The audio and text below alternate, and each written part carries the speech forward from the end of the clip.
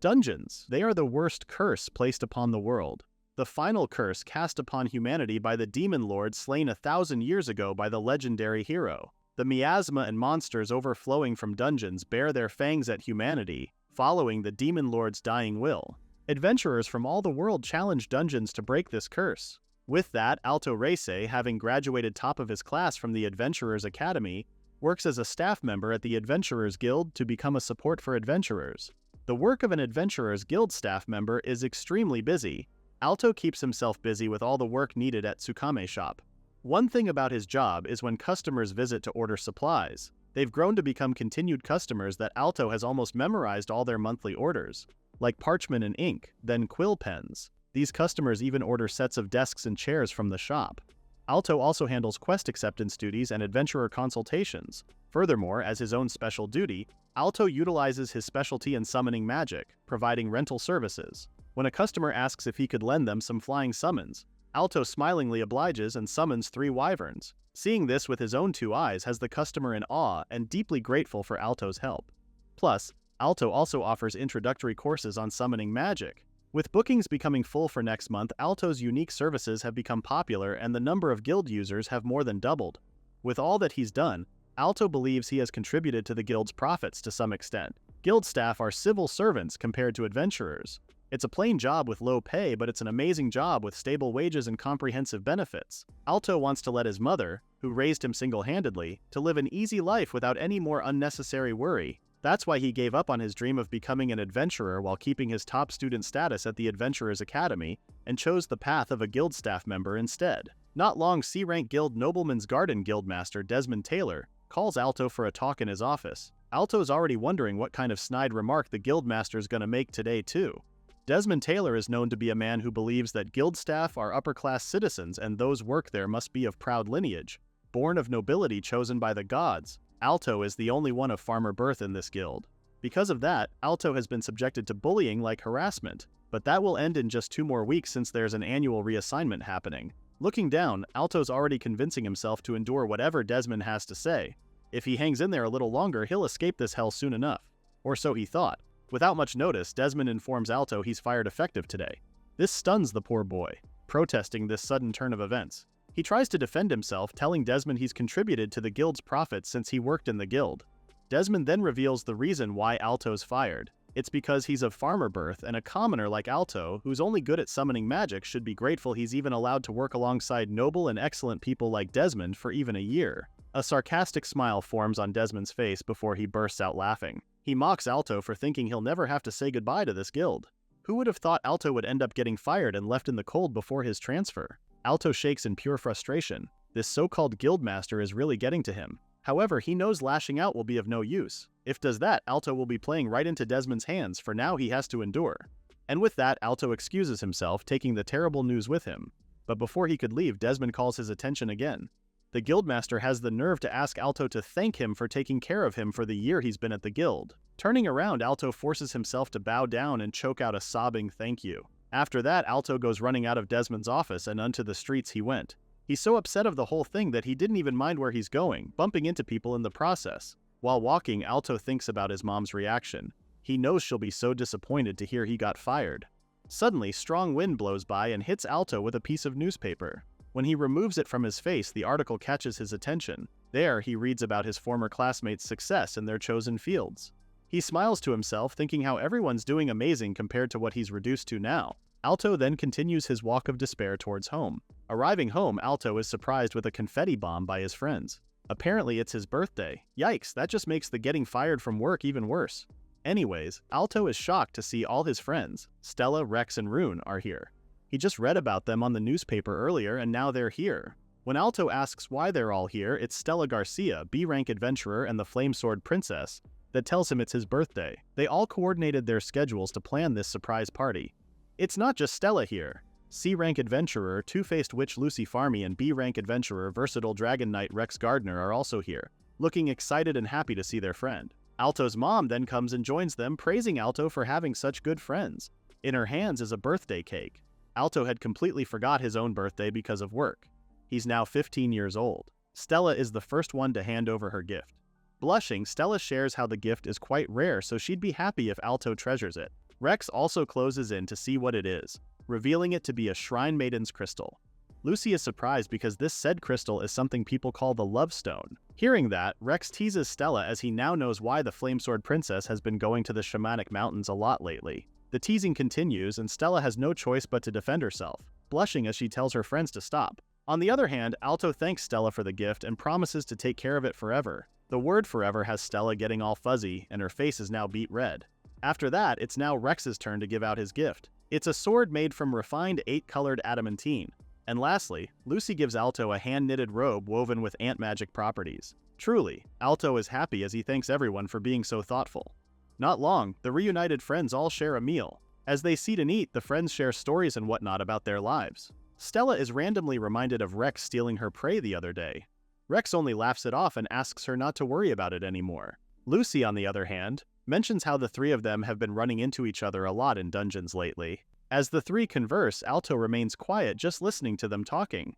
Suddenly, Stella turns to Alto and asks him about his work at the guild. This numbs Alto's whole body. Now everyone's intrigued. Knowing that Alto works at Nobleman's Garden Guild, they're all curious with how he's doing. They all know Alto, so they already bet he's doing something amazing like he always does. They all want to hear about it. Scratching the back of his head, Alto looks away as he awkwardly laughs. His three friends look confused. But after Alto gives them the 411, they're all shocked he got fired from the guild. The three adventurers are in disbelief over their friend getting fired. They all know how amazing Alto is, so why? Alto meekly reasons out on the guild's finances being tight lately. It seems he was targeted for personnel reduction or something like that. We all know that's not the main reason though. The three friends grow quiet over this news. It's Stella that reacts first, calling the guildmaster totally incompetent for firing Alto. Agreeing, Rex describes Desmond as someone who's got no eye for talent. Even Lucy believes the guildmaster doesn't understand Alto's true value and says Desmond should go back to the Adventurers Academy. All three of them get into an agreeing conversation about how cruel the guildmaster is and how wrong he did Alto. The summoner watches with a small smile on his face, touched with his friend's sincerity. Suddenly, all three of them turn to Alto and simultaneously asks him to join their individual group party. Dumbfounded, Alto stares at them as the three are starting to argue now. Stella wants Alto since she's been stuck being a solo unaffiliated for the past year. On the other hand, Rex has been training like crazy for the past year as well. And lastly, Lucy has been dedicating herself to magical training for the past year. All three of them want Alto for support and accompany them in their own party. Not long enough, Alto's mom comes back in the room and asks him if it's true that he got fired from the guild. He struggles to form a reply but settles to tell her the truth. Alto looks away as he apologizes to his mom, saying he's been thinking of going to the employment office tomorrow. When his mom calls this the perfect opportunity, Alto looks up to her in surprise. Contrary to Alto thinking his mom would be disappointed, she's absolutely happy. She calls this fate as all his three friends are inviting him to become an adventurer. However, Alto tells her being an adventurer is a dangerous job, and the pay and benefits are unstable. Before he could finish his reason, his mom cuts him off to ask if he's an old man for being too mature. Sighing, Alto's mom shares she's happy that her son worries for he, but she wants her son to live more freely. Alto's mom then reminds him how he only lives once. Still, Alto isn't so sure about it. That's when his mom pointedly asks him to answer like a man and to chase his dreams on becoming an adventurer. Otherwise, he can go to the employment office and look for another job tomorrow. When his mom doesn't budge, Alto quietly tells her his plans. Asked to speak up, Alto voices out how he really wants to become an adventurer. This makes his mom super happy and even slaps him on the shoulder. She then urges him to go and do his best. As Alto thanks his mom, his attention gets diverted back to his friends who are now playing rock, paper, scissors, to see who could have Alto as their companion. Unfortunately, it ends up in a tie for Rex and Lucy. That means Stella has won. Stella stares at her hands, which had formed a pair of scissors. Exclaiming her victory, she tells Alto they'll form a party together, to which the summoner is grateful for and counts on Stella from now on. Taking both his hands, Stella thanks him as well. She's looking forward to working with Alto, though the hearts might suggest a different kind of work in Stella's mind. Alto's mom then chimes in, saying her son is in capable hands if it's in the same party as Stella's. This catches Stella's attention, turning towards Alto's mom, who's now bowing down to ask to take care of her son, even though he can be a bit slow at times. Stella bows down in response, saying she's also inexperienced, so she'll count on Alto too. Hearing them interact, Rex and Lucy can't help but tease Stella about all this feeling like a marriage greeting.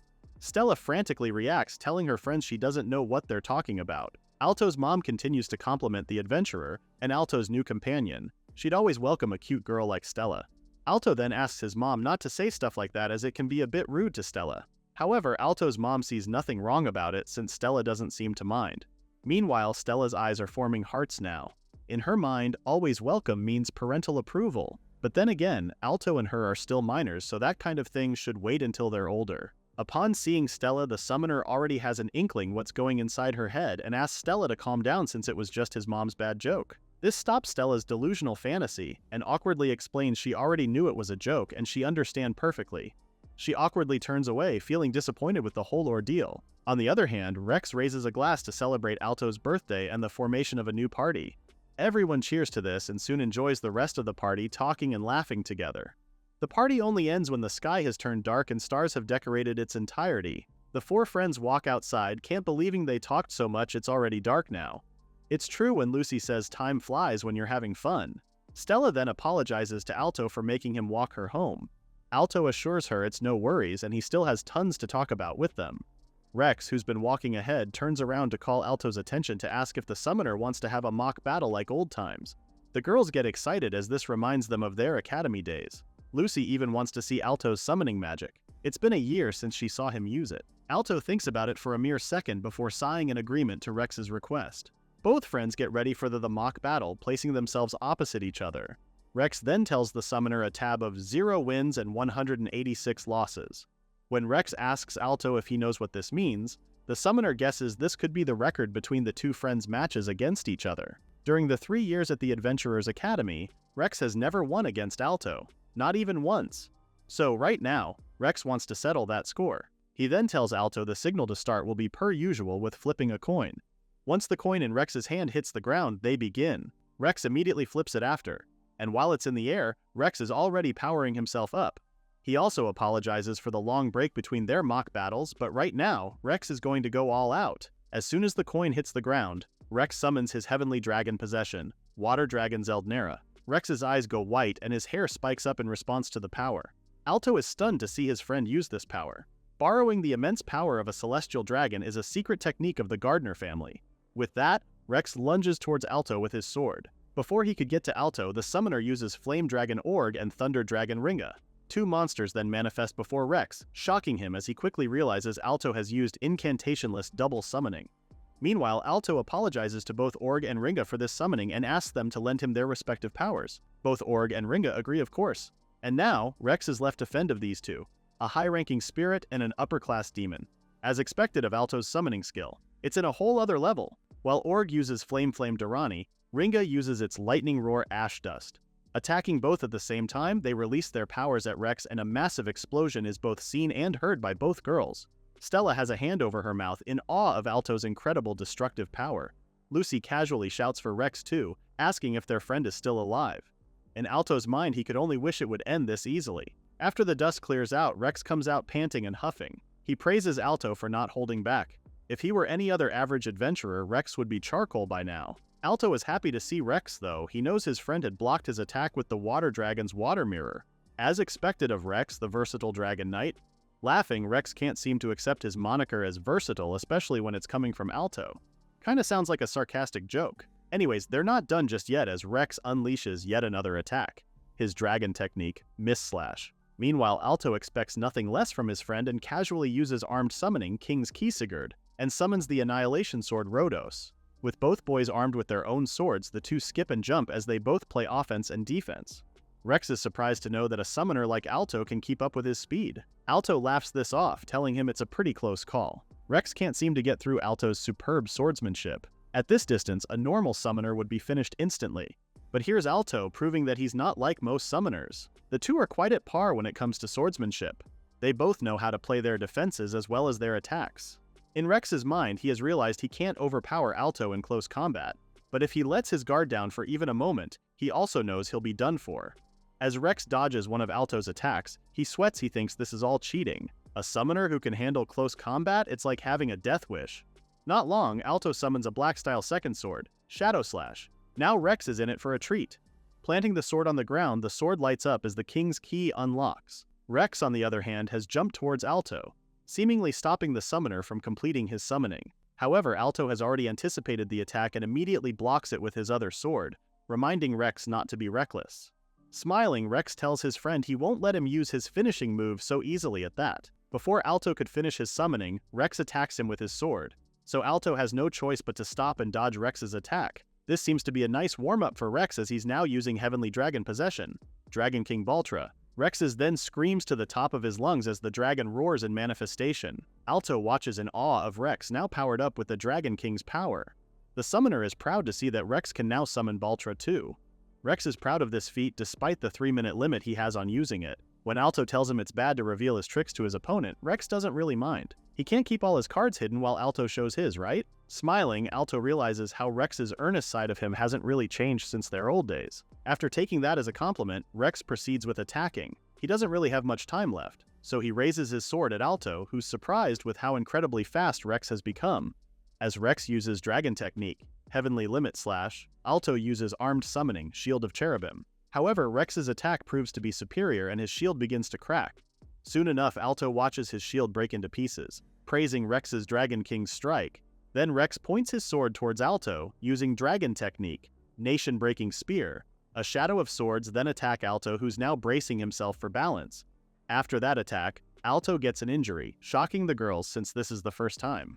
Rex isn't done yet though and is running towards Alto now.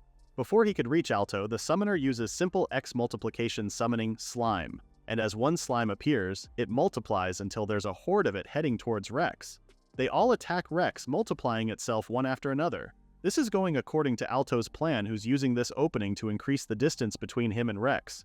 Despite that, Rex still manages to destroy the Smiles using Dragon Technique, Crimson Lotus Flash. Alto is quite surprised, especially when Rex is now closing in for an attack. Rex saw through Alto's plan of using multiplication summoning as a diversion and hiding behind obstructions. He's studied Alto's behavior patterns to death, it seems. As Rex yells for his victory, he summons Secret Dragon Technique, Dragon King Slash as his finishing move. W3 hat he doesn't know is that Alto had expected Rex to read all his moves, and with that, Alto summons Eye Technique, Infinite Binding Chains. Rex is taken aback, realizing Alto has used Void Crow's magical eye. He didn't know Alto had used partial summoning during the fight. Before he could react to anything, Rex has been knocked to the ground with a loud thud, rendering him unconscious in the process. The two girls watch as Rex is now incapacitated. Therefore, the winner is Alto. That whole battle has Alto tired. Not long, Rex wakes up and the four friends journey back home. Now it's 0 wins and 187 losses for Rex, who knows Alto is ridiculously strong. Stella compliments the summoner for defeating Rex like that, as she's expected of Alto. Lucy then asks if that battle was really his first battle in a year. Rex couldn't believe it since it seems like Alto has gotten even faster. Alto then reveals he's been doing the minimum training at the very least. After that, they all continue walking. Stella then thanks him for walking her home. Rex congratulates Alto as their fellow adventurers now and wants to meet again somewhere. As they bid Alto goodbye, the summoner is left alone and decides to go home as well. With that, he flicks his fingers to summons a wyvern. After summoning the monster, Alto gives it a gentle pat and asks it for a ride home. The wyvern readily agrees, and up on its back Alto went. Soon they fly into the night sky as they head home. The next day, Alto is at the park looking left and right. Stella then calls for him, waving hello and apologizes for making him wait a bit. She then tells him they'll head to the guild headquarters now. Smiling, Alto agrees. This is his new beginning. They're headed to guild headquarters, the pinnacle for adventurers. While walking, Stella suddenly asks Alto on how she looks. She blushes as she waits for an answer from a very confused Alto. When Alto finally gives her an answer, it's one that has her utterly speechless. Alto had taken the question quite literally and tells Stella she looks slender yet toned muscles. She has a posture that doesn't reveal her center of gravity to opponents, and above all a refined yet powerful magical aura. Alto is very proud of his answer too. He expects no less of Stella, who he believes has gotten stronger than in the past. Stella's disappointment has her uttering a curt thanks, making Alto wonder if he had said something weird. Sighing, Stella calls him dense, which further confuses the boy. Never mind that then.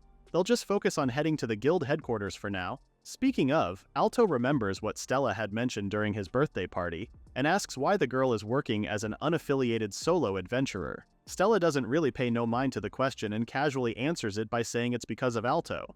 This confuses Alto, and that's when Stella realizes her mistake. Embarrassed, Stella frantically takes back what she had said.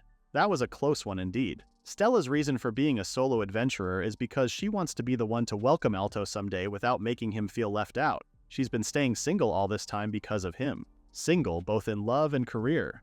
Yup, Stella knows she's too intense. Upon arriving at the guild headquarters, Alto looks at it in pure awe. It's big, especially because it's the main hub for adventurers. Noticing the sign on the door, Stella's mouth drops. She had forgotten that the Grand Assembly was today. When Alto asks what that meant, Stella explains it to him. The guild headquarters holds a meeting once every 6 months. They report on dungeon exploration progress to major sponsors. That's the Grand Assembly. The people who gather for this meeting are extremely influential, like great nobles and wealthy merchants. If one catches their attention, it'll be a huge hassle. That's why Stella warned Alto to make absolutely sure not to cause any trouble.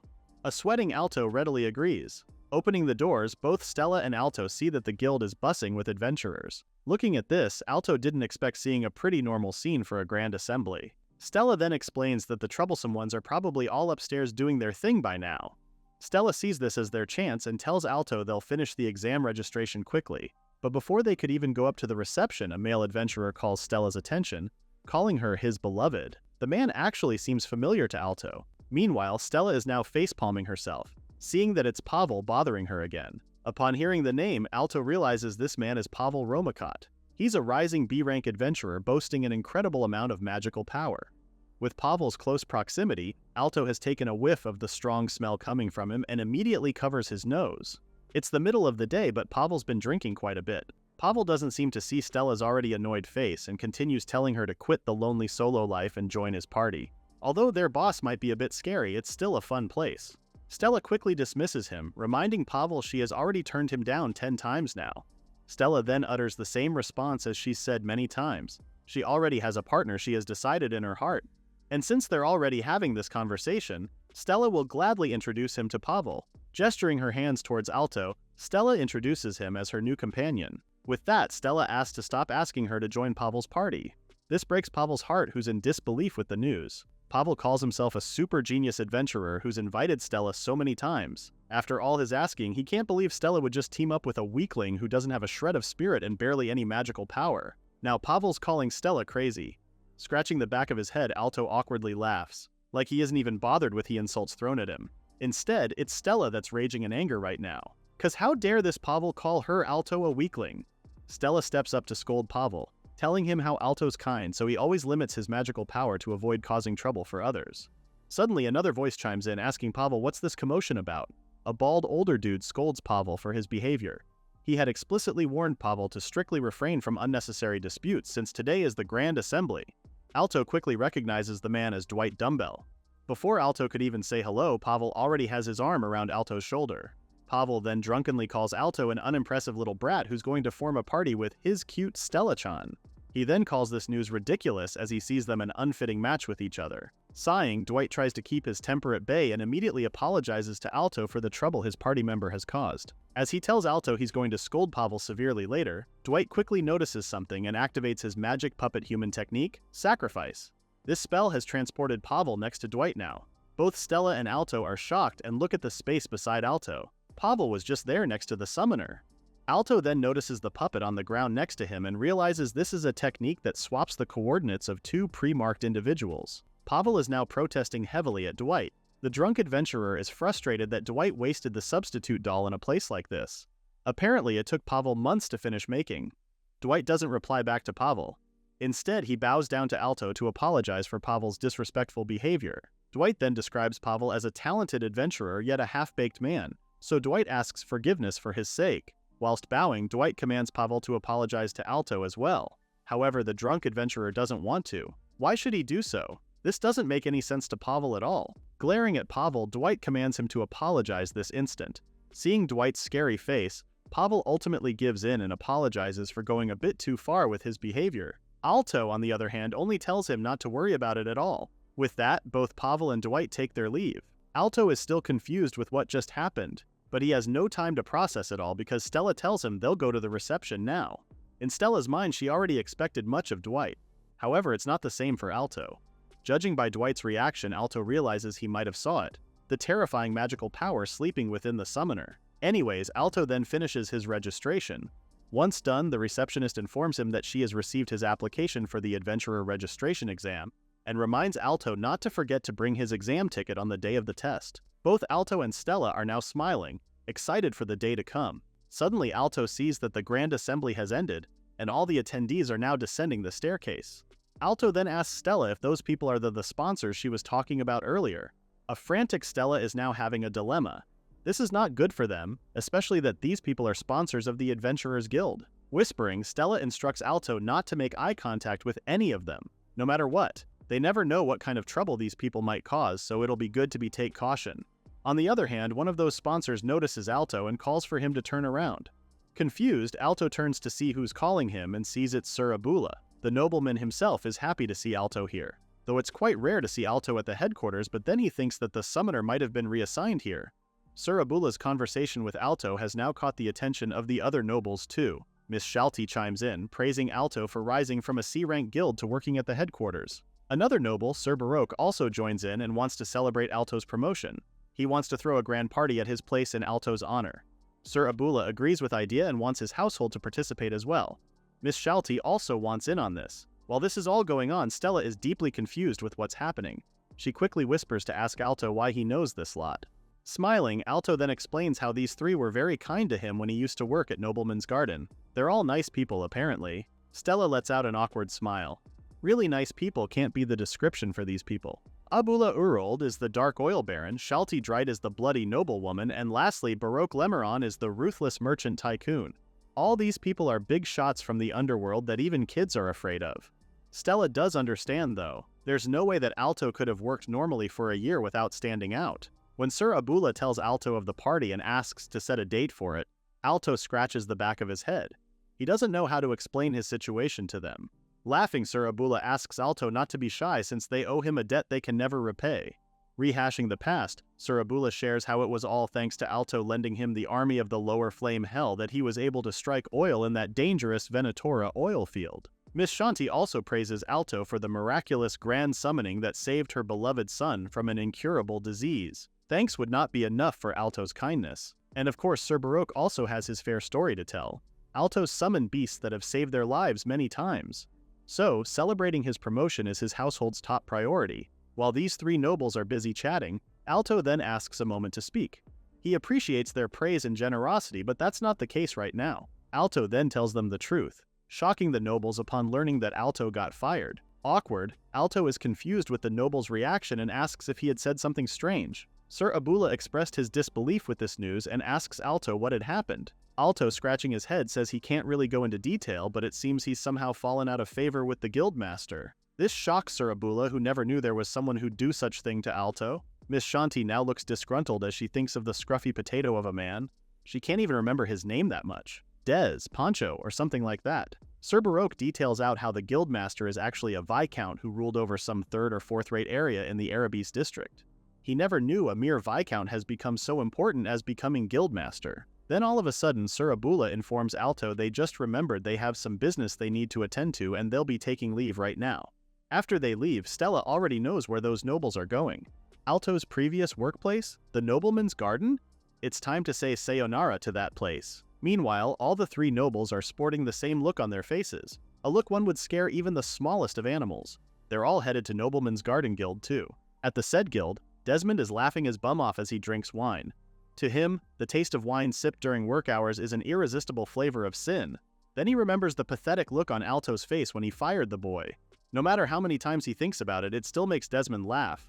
Having kicked out Alto, who he calls a filthy peasant, Desmond believes Nobleman's Garden has regained its former glory, and in 6 months they'll achieve their long-awaited promotion to B rank. Desmond laughs maniacally as he thinks of the future of the Taylor family, believing it to be brighter than ever. Soon, Baron Haig comes barging room and tells Desmond that something terrible has happened. Still out of breath, Baron Haig tries regaining his composure. Desmond, relaxed as ever, reminds the Baron that a nobleman must always maintain elegance no matter the situation.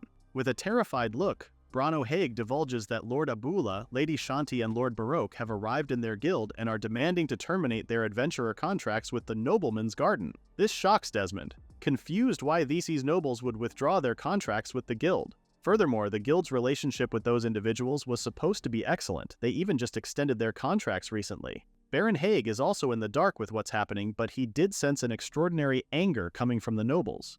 With that, he urges Desmond to go to the reception room immediately. Desmond soon arrives at the room facing all three nobles are looking rather unpleased with the guildmaster.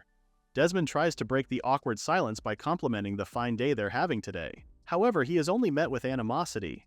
Surabula then speaks, asking Desmond if it's true that he had fired an employee named Alto Reise. Thinking the noble is on his side, Desmond quickly confirms this, and even shares how that filthy peasant was a nuisance that damaged the dignity of the guild. Desmond then shares how Alto was fired yesterday, and because of that, they're supposedly enjoying clean air now. Desmond's fit of laughter is then met with anger from Surabula, who calls the guildmaster an incompetent fool. Before Desmond knows it, Surabula is now up on his feet as he angrily calls the guildmaster an utter imbecile who knows nothing but to be a true incompetent being.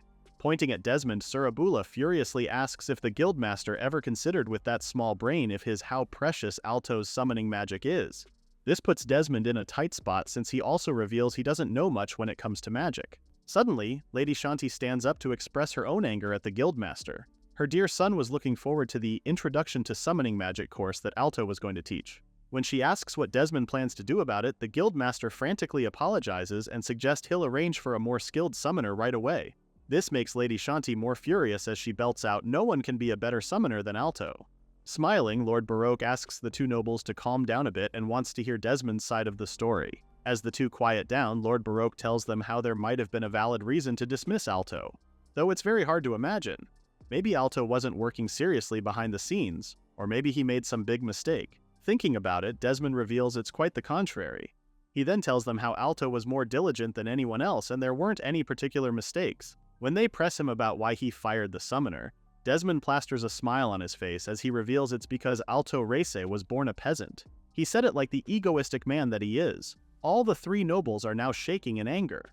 Surabula then calls this a completely wrongful dismissal. Even Lady Shanti asks Desmond on how long will he cling to the aristocratic system when one's birth is not a significant issue at all. Lady Shanti then pointedly tells Desmond how, in their perspective, the guildmaster is nothing but a flimsy, third-rate viscount. Hearing this has Desmond hurt, but he can't do anything about it, especially seeing the nobles' angry faces. Lord Abula then commands the guildmaster to listen to what they're going to say. They want Desmond to apologize sincerely to Alto and obtain his forgiveness, or else they will never use Nobleman's Garden ever again. This alarms Desmond, of course, begging for the nobles to reconsider. Before they leave, Lord Baroque turns around to say the guild has no value without Alto in it. Desmond has to apologize to Alto, then maybe they'll talk after. Desmond then arrives home in despair. As he hands his briefcase to the maid, he instructs her not to let anyone into his bedroom. He's going to lie down for a bit since he's been tired from today's events. In his room, Desmond immediately plops himself on the bed. There he lets out all his frustration with this sudden turn of events. He blames Alto, that lowly peasant-born scum, for using dirty tricks to deceive the lords and lady. All of a sudden, the telephone starts ringing. Because of his frustration, Desmond throws a pillow at it, knocking the phone from its place.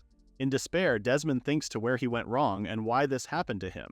His outburst is cut short when his maid informs him of the urgent message he has from Lord Reagan. This catches Desmond's attention. Although he doesn't really have the energy for anything right now, Desmond chooses to answer the call. As soon as he speaks, Desmond is greeted with some yelling from Lord Reagan, who's asking what the guildmaster has done. Apparently, Lord Reagan just received word from the upper echelons of the Adventurers Guild. The plan to promote Nobleman's Garden to B-rank guild has just been called off. Desmond's eyes widen in shock. He then thinks it's all Alto's doing again, even calling him a sewer rat. Desmond then utters how he had taken care of Alto for a whole year, but he repays kindness with malice. Just which part were you ever kind, Desmond? Lord Reagan then repeats Alto's name as it sounds very familiar. Desmond then shares the summoner is the peasant-born scum they kept. Now Lord Reagan remembers. He also remembers seeing Alto at the guild headquarters today applying for the adventurer registration exam. Upon hearing this, Desmond urges Lord Reagan to stop that from happening as Alto is the embodiment of evil and must not be allowed to become an adventurer.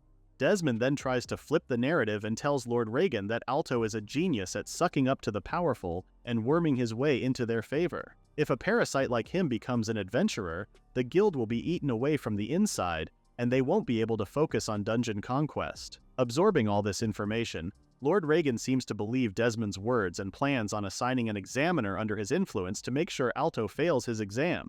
After the call ends, Desmond smirks before laughing sadistically. He believes luck is on his side again, saying, "Curse others and you dig 2 graves." Desmond vows to make Alto regret spitting on him for the rest of his life. The day of the adventurer soon arrives. Alto goes to the guild headquarters in the royal capital to enter the venue. Stella goes with Alto, winking at him as she tells him they're just close friends, so there's no malice in her going with him. But in Stella's mind, this already feels like a date outing for the two of them, making Stella feel all giddy. She then assures Alto he'll definitely be fine and to do his best. Alto gives her a warm smile as he thanks her.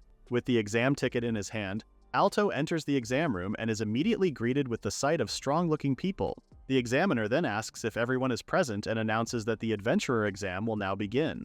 Before anything else, the examiner asks for examinee number 175 Alto Reise. Upon hearing his name, Alto immediately raises his hand. He's now being told to take the exam in a separate room and is asked to move to the underground training area. Alto then proceeds to walk there, wondering why it's only him.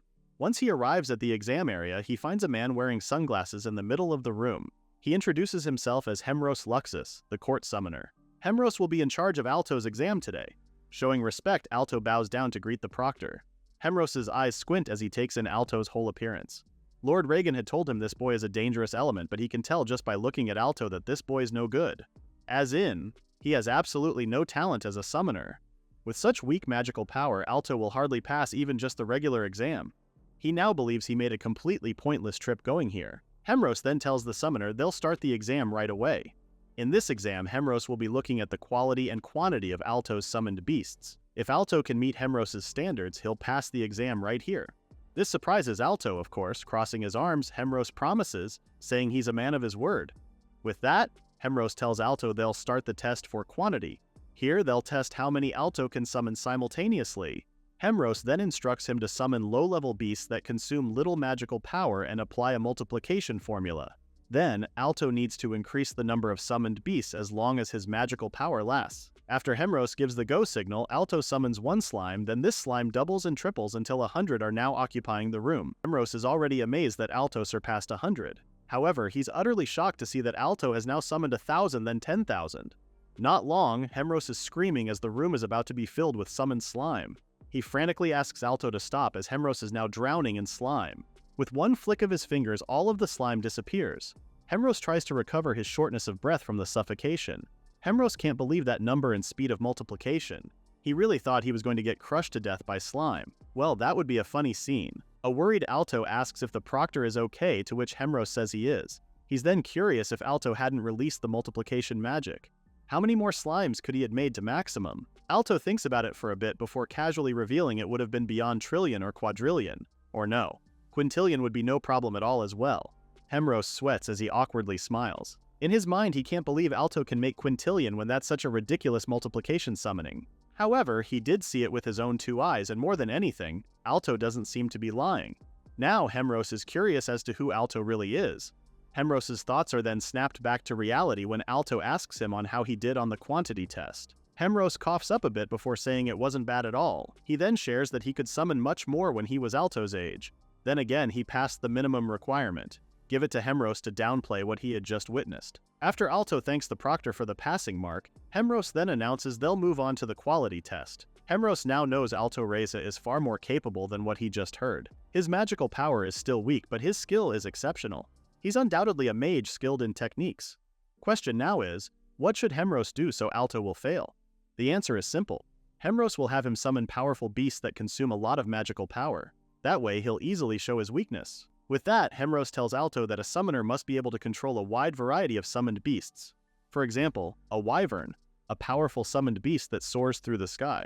Alto flicks his fingers and 3 wyverns come swooping in, startling Hemros in the process. The proctor quickly changes the scenario to one that the enemy might be underwater. In such cases, a high-ranking water spirit should be summoned. Alto flicks his fingers again and casually summons Undine. Hemros's reaction gets baffled every time Alto summons a new beast. The proctor then diverts the situation, saying dungeons often have scorching lava areas. To traverse rough terrain, a sturdy rock cave doll.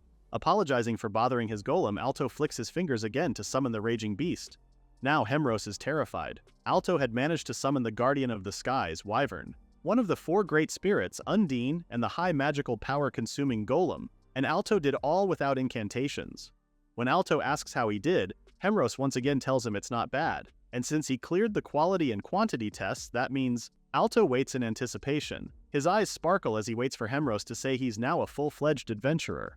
But then, his excitement disappears as soon as Hemros tells him it's now time for the final test. Alto is now confused. Why would there be a final test? Hemros then explains that if Alto wants to become an adventurer, he must defeat the great court summoner, Hemros Luxus. Dismayed, Alto asks whatever happened to passing if he cleared both the quality and quantity tests, to which Hemros denies knowing anything of that. Even when Alto reminds him of being a man of my words, Hemros still denies knowing anything of that either. Sighing, Alto says he understands and agrees to the final test. Hemros is already frustrated, but he had to admit it. Alto Reise is a summoner with innate talent. His proficiency in summoning magic slightly surpassed his. However, he believes he still has the upper hand. Hemros then gets something from his inner suit and voila! He has this secret treasure bestowed upon him by Lord Reagan. Seeing this, Alto realizes it's a magic sealing crystal. Hemros immediately lifts the crystal into the air and tells him how he will now weave supreme summoning magic. And with his command, Hemros tells Alto to prepare himself for the ultimate summoned beasts. An armored knight soon manifests in front of Alto, who's staring at it in bewilderment. Bursting out in laughter, Hemros mocks the young boy for being surprised. He then introduces the knight as Roctus, the loyal retainer of Org, the flame demon who rules the lower flame hell. Roctus is the legendary great swordsman who defeated the great angel Michaelis. What Hemros doesn't know is that he's the one who's going to get the surprise of his life. When Alto casually summons Org, Hemros's eyes grow like saucers. As Org stands proud, Hemros's Roctus is now bowing down to its god. Roctus then speaks, telling Org how overjoyed he is to meet his lord in this mortal realm. Smiling wickedly, Org agrees that this is quite a rare occurrence and proposes to have a duel. However, Roctus believes it as a joke. How can he possibly raise his blade against his lord Org? Hemros watches in both silence and confusion. Suddenly, Roctus's dark eyes meet Hemros and calls him a nameless summoner. Roctus then apologizes, but he has to cancel Hemros's summoning. With that, Roctus disappears to return to the flame hell. Not even Hemros could stop him from leaving. Meanwhile, Alto scratches his head, not knowing what they'll do with the final test now. Shaking, Hemros has no choice now. He sends Lord Reagan a mental apology before he composes himself. As a court summoner, even he can't stop Alto Reise. So there's only one decision left to be made right now, and that is to pass the young boy. This news elates Alto very much. He soon exits the room to find Stella, who's been waiting for him. When he gives her a smile and a thumbs up, Stella jumps right into Alto's arms. Meanwhile, the news of Alto passing the exam has reached Desmond's residences. He is stunned to see the young boy's face plastered across the newspaper. Not only that, but it also says that the young boy is highly praised by the court summoner, Hemros Luxus. Desmond is now shaking in anger, blaming Lord Reagan for messing up. Then he screams how he'll never forgive this and vows to make Alto Reise suffer soon. The day after passing the adventurer exam, Alto is cleaning the backyard. He just finished sweeping the leaves in a pile when he hears his name being called. His mom then informs him that a letter had arrived for him, and it's now on his desk. He immediately goes inside to his room and picks up the letter from the desk. He wonders who it's from. As soon as he flips to see the sender, Alto never expected to read Desmond Taylor's name on it. The previous morning at Desmond's mansion, the guildmaster had woken up on the wrong side of the bed. Sighing, he's starting the morning awfully wrong. Not only did Alto pass the exam, but Lord Reagan has gone radio silent on him. As he sits on his study sipping coffee, his maid brings him his morning paper. He wonders if there's any interesting news right now. Flipping it open, Desmond's eyes widen in surprise. Lord Reagan had been arrested, it says. Desmond's mouth is now agape, in disbelief with what he's reading. As he reads on, he finds out that Lord Reagan had been arrested because of illegal monetary transactions discovered from some guilds. The guild audit department has begun investigating the truth and pursuing additional criminals at that. Desmond is now sweating in fear, knowing this is really bad news for him. The Nobleman's Garden has been paying Lord Reagan under the table to promote them to C-rank guild. At this rate, Desmond knows he'll eventually be questioned as well. He despairingly holds his forehead, like he's getting a migraine from all the bad things happening all at once. There's only one reason why he's suffering like this, and that's in the existence of Alto Reise, the very root of all of this. Desmond has gone mad, believing Alto has been pulling the strings behind the scenes on Lord Reagan's arrest too. He can't believe a commoner like him has so much power. Desmond now knows he has to act quick. At this rate, Nobleman's Garden and the Taylor family will be ruined. Desmond needs something, some kind of plan. The guildmaster then remembers Lord Baroque's words from days ago. There's no value in his guild without Alto, so Desmond needs to apologize to the young boy before they'll negotiate with him. This sends Desmond into a fit of rage. For him, a noble of high lineage, a chosen aristocrat, to bow his head to a lowly peasant? Desmond screams all his frustration while tearing up the newspaper. Well, let's hope he's really sincere with his apology. Meanwhile, Alto is currently reading Desmond's letter. It says he has an important matter to discuss. Reading it, Alto is dumbfounded that the man can write him something like this after treating him so horribly. Then again, Alto remembers being so frustrated that he left without taking his belongings. He hadn't even returned the guild uniform yet. Believing he has no choice, Alto decides to go and see what Desmond wants. As soon as he arrives at the guild, Alto sighs as he really feels uncomfortable with this whole situation. He's already here though, so he'll just have to take care of business and leave quickly. Upon entering the guild, Alto is greeted by an overly enthusiastic Desmond who welcomes him back with open arms. This shocks Alto, rather terrifies him. What in the world happened to the Desmond he knows? Desmond happily nudges Alto's shoulders, saying he's glad to see the young boy doing well. He then asks Alto to come in and take a seat in his office. Inside, Desmond presents him with a plate of dessert. Desmond says it's a strawberry daifuku from Kyofukute. The guildmaster says it would be rude not to offer some refreshments when Alto came all this way to meet him. Desmond's excitement is just met with silence. When the guildmaster asks what's wrong and urges Alto to eat up, the young boy remembers and reminds Desmond that this kind of sweet was something he said Alto isn't allowed to eat. Desmond stands still, shock written all over his face. During the new employee welcome party a year ago, Alto was seated on the table and was about to pick one of the sweets to eat. Unexpectedly, Desmond went up to get the plate of desserts from Alto's table and asks who had served such high-quality tea and sweets to the filthy peasant. Desmond had called this a waste and that wild grass should be good enough for Alto to eat. He had mocked and bullied Alto whilst enjoying his own glass of wine. Alto had sat there in silence, taking in all the insults thrown his way. Back in the current time, Desmond sweats as he doesn't know what to say. Alto quickly stands up and announces he'll be taking his leave. The young boy didn't come here today to talk with Desmond. As he walks towards the door, Desmond frantically calls for Alto to wait. The young boy stops to turn and ask what the guildmaster wants. Desmond desperately wants Alto to wait and listen for a moment. But all Alto could remember is all those times this old man had humiliated, mocked, and laughed at him. So he quickly turns around again to leave. However, his eyes widen when he hears Desmond apologizing to him. When Alto turns around to look at Desmond, he's shocked to see the old man on the floor with his head bowed down as he begs for forgiveness. Alto then asks what Desmond's doing, to which the guildmaster asks and pleads the young boy to work at Nobleman's Garden again. He knows it's shameful, but ever since Alto had left, the guild's management has fallen apart. Now, he begs for Alto to lend them his strength. Although Alto appreciates the sentiment, he has already decided to live as an adventurer, so he will absolutely not return to this guild.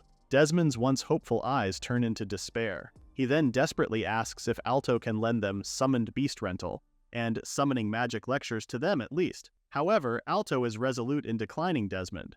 Despite Alto saying no, Desmond still tries to convince the young boy, saying it's not like summoned beasts diminish and the lecturers are just once a week. Alto then explains, knowing full well the guildmaster has no idea at all, that it takes quite a bit of magical power to keep summoned beasts in this world. Adventurers are always on the brink of death, so they always want to maintain their best condition as much as possible.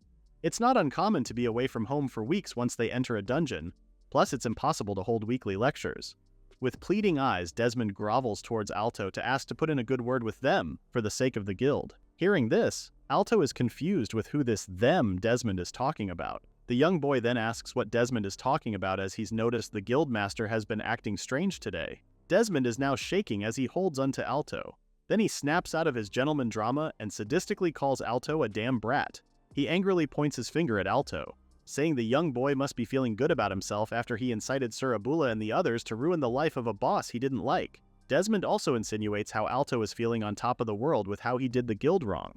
Still, Alto is confused since he really doesn't know a thing and tells Desmond he might be misunderstanding something. He starts explaining how he didn't incited Surabula and the others, but Desmond is not having it, and calls Alto a con artist. Desmond then runs to his cabinet drawers to get something. Alto is stunned to see Desmond holding a sharp blade now. He then asks the guildmaster if he's seriously going to fight him when he knows Alto's a D-rank adventurer now. However, Desmond mocks him for pretending to be an adventurer when D-rank is just barely above an amateur level. Before this fight can even happen, they both hear the door open. It's Baron Haig taking a peek at what's happening. Before he could even saying anything, Desmond shouts at him to shoo away and reminds him not to enter without permission. However, a group of people enter the room and surround Desmond. Confused, Desmond asks who they are. They don't answer him. Instead, he asks if he's the guildmaster of Nobleman's Garden, Desmond Taylor. A woman with long hair then steps forward to introduce herself as Ramiros Creditor from the Adventurers Guild Audit Department. The word Audit Department has Desmond trembling as he knows what this meant. Ramiros then tells him they have confirmed suspicious transfers from his guild, so she wants to discuss this matter in detail. But before that, Ramiros asks why Desmond is holding a knife. Desmond had just remembered the knife in his hand. Stuttering as he struggles to find a good explanation for the knife, he makes the excuse that it's for practice for a play since they're planning to put on a show for a guild event soon. The guildmaster then asks how his acting was and that he's quite confident in his acting skills. Ramiros sighs before ordering her men to take Desmond away. The guildmaster even has the audacity to resist, saying this is all a misunderstanding. Desmond then makes a desperate plea, accusing of being set up by the filthy peasant. He then turns to Alto and curses him with all his might. Alto looks at the retreating men with confusion. Before Ramiros leaves, she tells Alto he has a rare magical power and seems quite strong. Ramiros smiles as she offers Alto a spot in the audit department since they've been short-handed lately. Alto gives her a shy smile before declining her offer. He's an adventurer now. Walking away, Ramiros calls it a shame. If Alto ever changes his mind, she asks him to come to the audit department anytime. With that, Alto also leaves Nobleman's Garden. Forever. Later on, Desmond Taylor was arrested for multiple crimes including bribery, embezzlement, and intimidation, and was stripped of his Viscount title. The C-rank guild, Nobleman's Garden, was then dissolved and disbanded. Meanwhile, somewhere in an office, an old man wearing a robe muttered to himself how it's about time for Alto's adventurer card to arrive. He then believes it's just the beginning, but a new start as an adventurer means he can gift Alto something. The old man then remembers he does have the perfect thing to gift Alto. One morning, Alto holds in his hands his adventurer's ID card. He's still in his bed, holding the ID card up in the air. Alto's eyes sparkle as he stares at his ID card, the very proof that his dream is now starting to unravel. Plus, it looks so cool too. When he gets up, his mom greets him good morning. The old man earlier, now seated in the dining table, also greets him good morning, to which Alto casually greets back. Alto soon realizes what just happened and turns to see the old again, shocked to see the Adventurers Academy principal Elm Trigalus in their house. The principal coolly sips his drink before telling him why. Principal Elm had heard he has formed a party with Stella. Alto then remembers how well informed their principal is. After that, Principal Elm hands Alto a piece of paper. He had arranged for both Alto and Stella to join in a small expedition happening tomorrow. He also says it's his congratulatory gift for Alto passing the exam. Although Alto is happy with the surprise, he's also a bit shy with the gift. But then Principal Elm doesn't mind Alto's reaction and further explains the details. A kickoff meeting is scheduled at the A-Rank Adventurer Guild Silver Prison at noon today, so he urges Alto to show up there. After wishing him the best of luck, Principal Elm then disappears into thin air, leaving Alto screaming and frantic. Walking towards Silver Prison Guild, Alto gives Stella the 411 with what had happened. Stella sighs, knowing their principal as a reckless sage as ever. Still, there's nothing to be worried about. Stella calls this a good opportunity to participate. Scratching his head, Alto sighs. It's fine for Stella since she's B rank, but he's still D rank and he might feel out of place. Stella then turns to him and scolds him for thinking that. To her, Alto is a summoner who can completely defeat B rank Rex. If he can participate, all the other adventurers will be greatly helped. And furthermore, if they do well on the expedition, his guild evaluation should improve and his chances for promotion will be amazing. However, Alto is worried with this gift. He knows Principal Elm to tend to leave out important details, and he used the word expedition too. There's just something about this that gives Alto a bad feeling. Despite his bad juju, Stella reassures him to have more confidence in himself because she knows how strong Alto is. Grabbing his hand, Stella urges them to rush there. Arriving at the A-Rank Adventurer Guild Silver Prison, both adventurers head straight for the reception where they're greeted. The receptionist already received a heads up for their arrival. The receptionist then informs them that the expedition participants have all gathered in the large underground training area, so both of them should proceed there using the stairs at the back. Descending down the stairs, Alto and Stella are amazed that this guild has a basement, calling it Next Level. Once they arrive there, Alto and Stella are all shocked with what they're seeing or with whom. The expedition participants are all famous adventurers. There's B-rank adventurer Magician Kezarin, and there's B-rank adventurer Tamer Chachi, and wow, A-rank adventurer Knight Herald is even here. Stella now realizes that this expedition is on a much larger scale than they initially thought. They then see a man walking up to the center podium. Alto then watches the man in awe. This is the incredible swordsman who inherited the demon-slaying sword Gura. He's also the leader of the A-rank adventurer party Bright Star, the one and only Reinhard Oleg. Not long, Reinhard calls the attention of all his fellow adventurers and thanks them all for gathering here today. He then informs them that this expedition is an extremely dangerous, life-risking quest. However, if no one undertakes this, humanity's long-cherished wish, dungeon conquest, will never be achieved. Reinhard then thanks everyone for their courage. Meanwhile, Alto thinks about Principal Elm's gift. Even with such a large force gathered, it's still life-threatening. Oh, their principal is in a whole different scale. Reinhard then explains the strategic overview of the 4th dungeon expedition. Before he could start with their tactical objectives, someone shouts to halt his speech. It's Wolfen Barorio, the A-rank adventurer and troublemaker from Bright Star Guild. He then loudly informs everyone that there's an unbelievable loser amongst them. a D-rank adventurer who snuck himself into this expedition. Alto is now looking like a scared cat. He knows exactly who Wolfen is talking about. Everyone starts whispering. There had been a participation requirement for this expedition, and it was B rank and above. Someone then shares how they sometimes get those delusional guys who overestimate their abilities. Reinhard scolds Wolfen as he had already explained to his member regarding this matter. The leader defends the unknown loser because he knows he's special and was recommended by the old master. Wolfen laughs, mocking the ramblings of that old man, even calling him senile. He then pushes Reinhard off the stage and immediately takes his place to call out Alto Reise.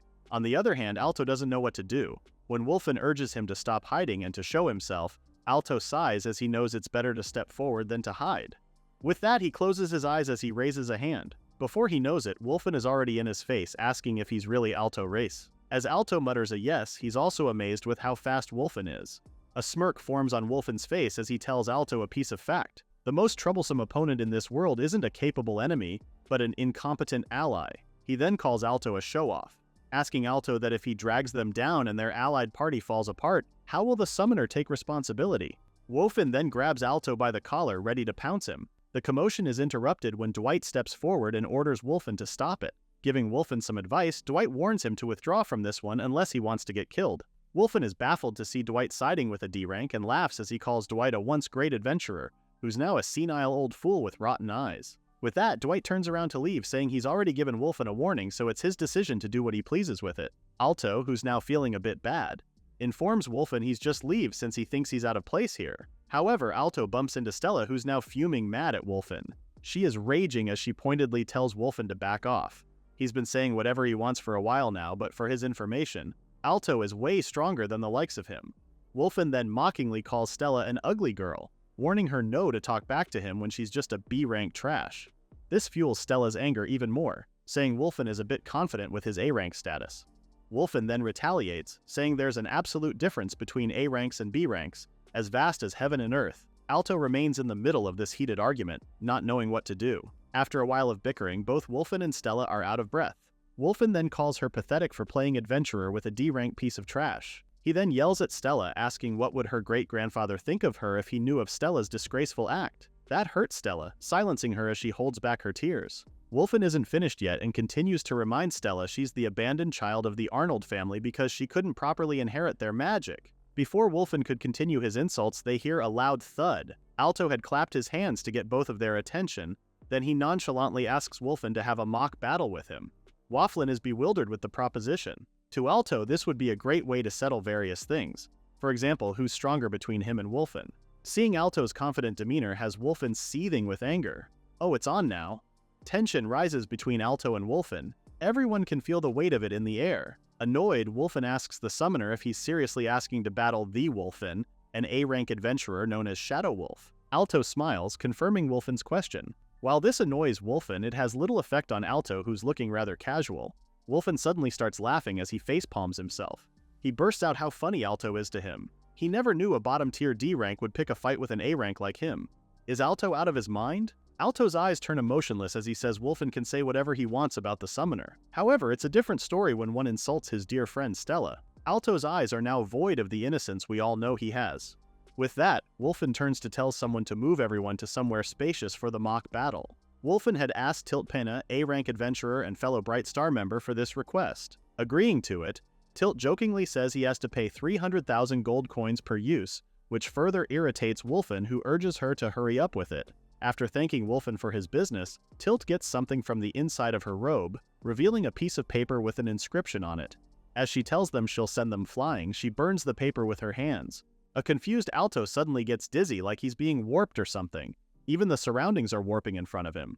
Not long, Alto is shocked to see they're already outside. Not just outside, they're all in a vast field. Reinhard is now asking where they all are when they're supposed to be in the large training area. Looking at the surroundings, Alto believes they're in the Omred Plains right now.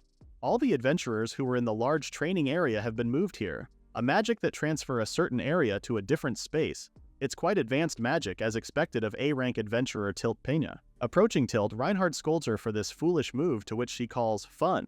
Reinhard is about to unsheath his sword when Dwight stops him, telling the Bright Star leader that it's fine. All they have to do now is wish for Wolfen's safety. Then he tells Pavel to watch closely and see what would have happened to him if Dwight hadn't stepped up to help him back then. Pavel, like Reinhard, is confused with Dwight's words. Pavel thinks his leader is just overestimating Alto, who he sees as a brat, and now that he's sober, Pavel can confidently say that Alto Reise doesn't look like much of an adventurer to him. Both Alto and Wolfen get into their respective position. As the wind blows by them, everyone watches in anticipation with what's going to happen.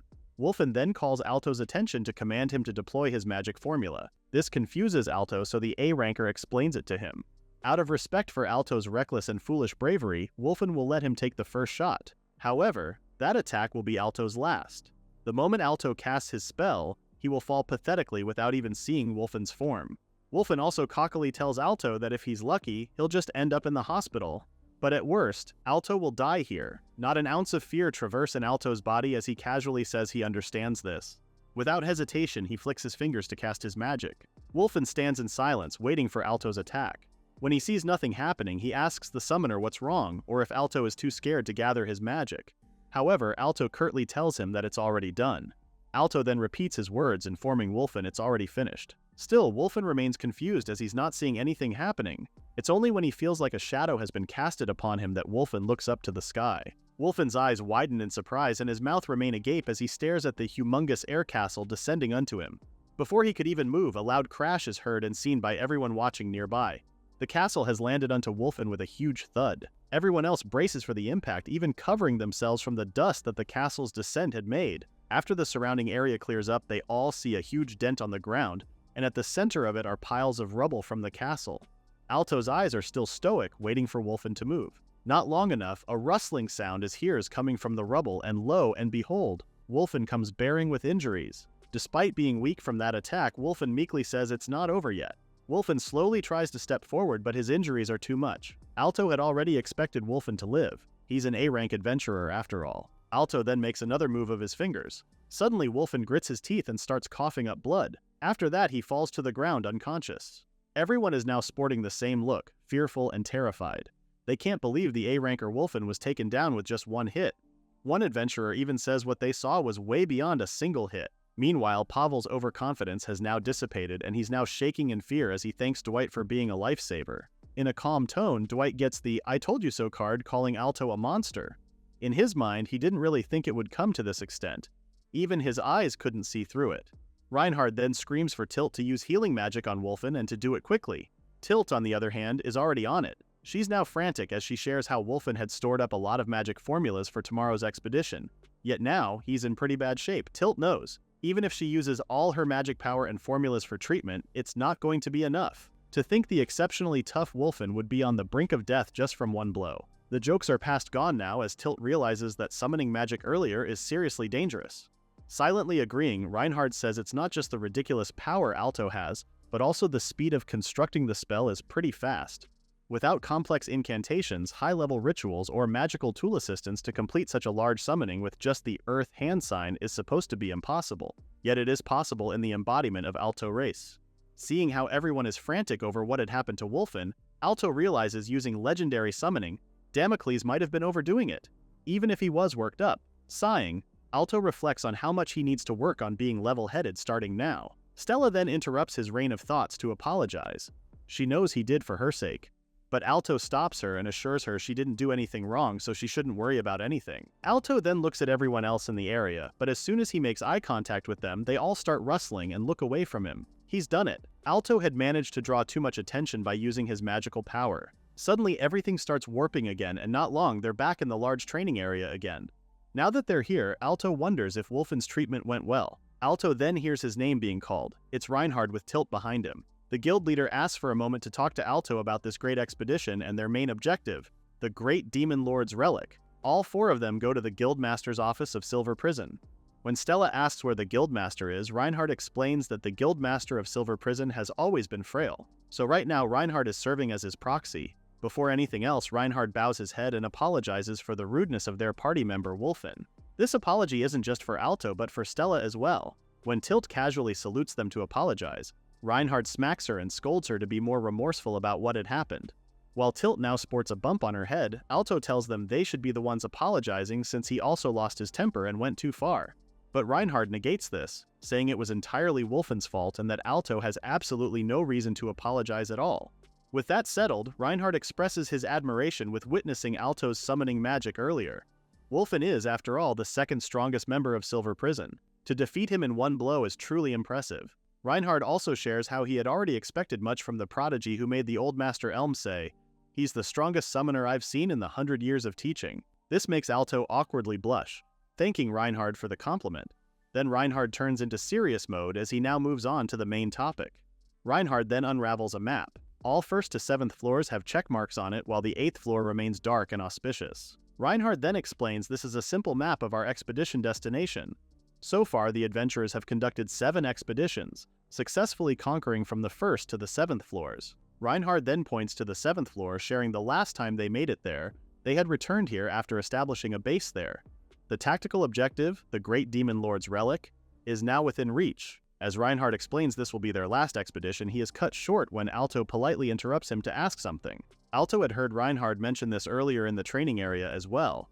Yes, Reinhard had mentioned the Great Demon Lord's relic. But what exactly does that mean? A confused Alto asks. Also confused, Reinhard asks them if the old master explained it to them. After Alto and Stella exchange confused looks, they both explain why they were here in the first place. There, Reinhard now understands the situation. Reinhard can't believe Old Master Elm called this a little expedition. That's such a typical understatement from the Old Master too. Sighing, Reinhard has no choice but to be the one to explain things to Alto and Stella. Their destination this time is Daras, the demon-suppressing palace. It's one of the 5 cursed places left behind in this world by the Great Demon Lord. A forbidden realm where one of them is said to sleep, an ultra-high difficulty dungeon. That's where they're all going. Hearing this now has Alto and Stella's soul leaving their bodies. That old raccoon dog sure set them up real good. For now, Reinhard wants to explain the upcoming schedule. They'll all gather at the main training area at noon tomorrow. After that, they'll use Tilt's magic to transfer them to the 7th floor of Daras. Then they'll join with the adventurers defending the base and begin conquering the 8th floor. The 8th floor is completely unknown. However, the magical energy there is abnormally dense, so even far-seeing mages couldn't see through it. The 8th floor is highly likely the deepest part of the demon-suppressing palace. The Great Demon Lord's relic should be there. Reinhard then reveals their goal, to retrieve the relic and return it here. With that, Reinhard asks both Alto and Stella to join their team, the first wave composed only of A-rank adventurers. This offer surprises both Alto and Stella. It's Alto who's in disbelief, not knowing how to react to them fighting on the front lines. However, Reinhard believes Alto's extraordinary summoning magic and Stella's swordsmanship, known as the Flame Sword Princess, are both added strengths to solidify the conquest of Daras. When Alto tries to reason out, Reinhard assures them if worst comes to worst, they can both escape using Tilt's transfer magic. With that, Reinhard bows his head once more to ask to lend them their strength for the sake of humanity's peace. As Reinhard lifts his head, Alto can clearly see his straightforward eyes. Not even a hint of lie or malice in them. What's there is only the nobility and pride of an A-rank adventurer. Standing up, Alto tells him he understands, and if someone like him can be of help, he'll gladly cooperate. The same goes for Stella, saying she'll gladly accompany them as well.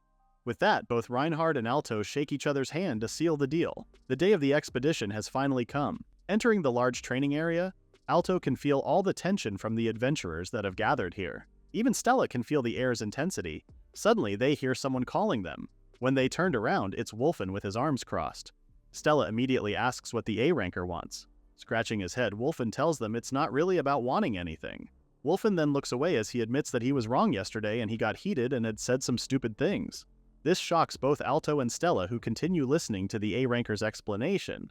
Wolfen then details out that the difference between an A-rank and B-rank adventurer is something irreplaceably important to him. However, what he had said yesterday was way out of line.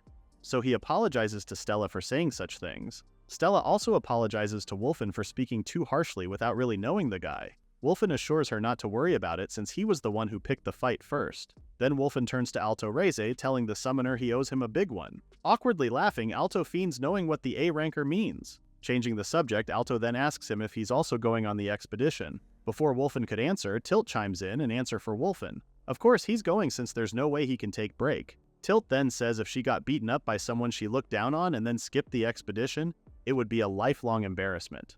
This commentary has Wolfen annoyed, asking Tilt if she wants a third chatty mouth to add. As the two bicker, both Alto and Stella watch them awkwardly. Suddenly, Reinhard calls his fellow adventurers' attention and announces they'll begin the 8th expedition. Reinhard then calls Tilt, signaling their transport to the dungeon. Tilt then uses her magic, and as soon as she fires up the paper, everyone and everything starts warping. As soon as Alto opens his eyes, he is stunned to see the place has been reduced to ashes. What was once the defense base of the adventurers is now a place of darkness and void. Everyone realizes something is definitely wrong. Reinhard frantically asks what had happened and why is their base ruined. Suddenly they hear a slicing sound, then a scream from Pavel. His arm has been cut off, spilling blood all over the place. As Pavel drops to his knees in pain, Dwight comes rushing towards him. While Alto's distracted with Pavel's current condition, he doesn't see that a claw-like figure is about to attack him from behind. Reinhard then screams Alto's name. It's a good thing Alto has quick reflexes. The moment Reinhard warns him of the beast, Alto has already attacked the enemy with his summoned sword. Alto's eyes are deadpan as he slays the monster. Looking at it, Alto realizes it's a rare bipedal humanoid monster. Reinhard is once again amazed with the ultra-fast summoning and godlike reaction speed from Alto. When asked if Alto can do close combat, the summoner humbly says it's just basic self-defense. It's Stella who corrects this and says Alto can go all out like a vanguard. This has Reinhard smirking. It's really reassuring him right now that Alto is on their side. Alto then lets out a sigh of breath. Calling him a vanguard is a bit of a stretch when he's the most rear guard of all rear guards. And Alto says that with his deadpan eyes too. Alto draws his sword out as he lunges at the monster, who's also ready to wipe the summoner out. At the last minute, Alto dodges its attack before landing an air attack at the monster. Still, the monster manages to block Alto's attack. They're both still standing as everyone watches in amazement. Reinhard praises the summoner for having quite the arm he has. A humble Alto still has his focus on the enemy, but doesn't really see anything special with what he has. Suddenly, the monster begins screeching loudly as light engulfs it. Seeing this, Alto is surprised this monster can also use magic. At the very least, this should be a B rank. Judging by its magical capabilities, it's definitely an A-class monster. The monster then tries using its hands, alarming Reinhard as this seems like it's using an unknown magic formula. This poses a bad threat to everyone within the area. At Reinhard's order, everyone scatters around. However, Alto thinks he might be faster than escaping. With his summoning skills, Alto produces multiple magic circles above the monster. And when I say multiple, it's a lot. This is what they call consecutive summoning. At Stella's behest, everyone gets down. With one flick of his hand, Alto's magic circles begin bringing out swords. Then a loud explosion surrounds the monster as it's being rendered immobile. Everyone around braces themselves for that powerful impact, even amazed with the scale of the massive summoning Alto has. The explosion lasts for quite some time, and when the smoke clears, Alto sees the monster unconscious on the ground. Watching all this, Reinhard realizes the speed of Alto's spell deployment is ultra-fast. The power and range are flawless, and his judgment is also precise. As he stares at Alto, the A-class adventurer knows the summoner would one day reign as a special class adventurer. Alto then snaps him back to reality by asking if they can actually capture the monsters similar to that one earlier alive instead of killing them. The summoner is curious about something about them. Although confused, Reinhard agrees and informs everyone else. With that, Alto summons Dream Demon's sheep coffin. Out comes a sheep carrying a coffin. According to Alto, when the sheep is sleeping, time stops inside the coffin. The monster from earlier was a bit strange, so Alto thought they might preserve it alive. After placing the monster inside, Alto asks the demon sheep if it could sleep for about 3 hours. However, the sheep shakes its head vehemently, making Alto's brows furrow. So the summoner has no choice but to try to negotiate with the sheep, saying he'll give it about 3 days worth of tro fruit. The demon sheep's eyes starts twinkling in pure joy, approving Alto's deal. After that, the demon sheep goes back into the darkness, letting Alto sigh as he thinks how mercenary the sheep still is. Next up, Alto uses armed summoning to procure the king's key Sigurd. Alto then plants in safely on the ground. Although Alto knows the casualty will be fine, he needs this as insurance. After all, there's nothing wrong with being extra cautious. This has Reinhard even more confused, but he trusts the summoner with what he's doing. After that, they start walking to survey the whole area. They quickly note what a terrible state the place is in right now. Even Alto agrees. Now, Stella's curious if the monster from earlier was the one who wreaked havoc on this place. As Alto looks from left to right, even he can't answer Stella's answer. But one thing's for sure, everything feels strange. Despite all this destruction, there's not a single trace of blood to be found. Alto's suspicions grow more and more each passing hour.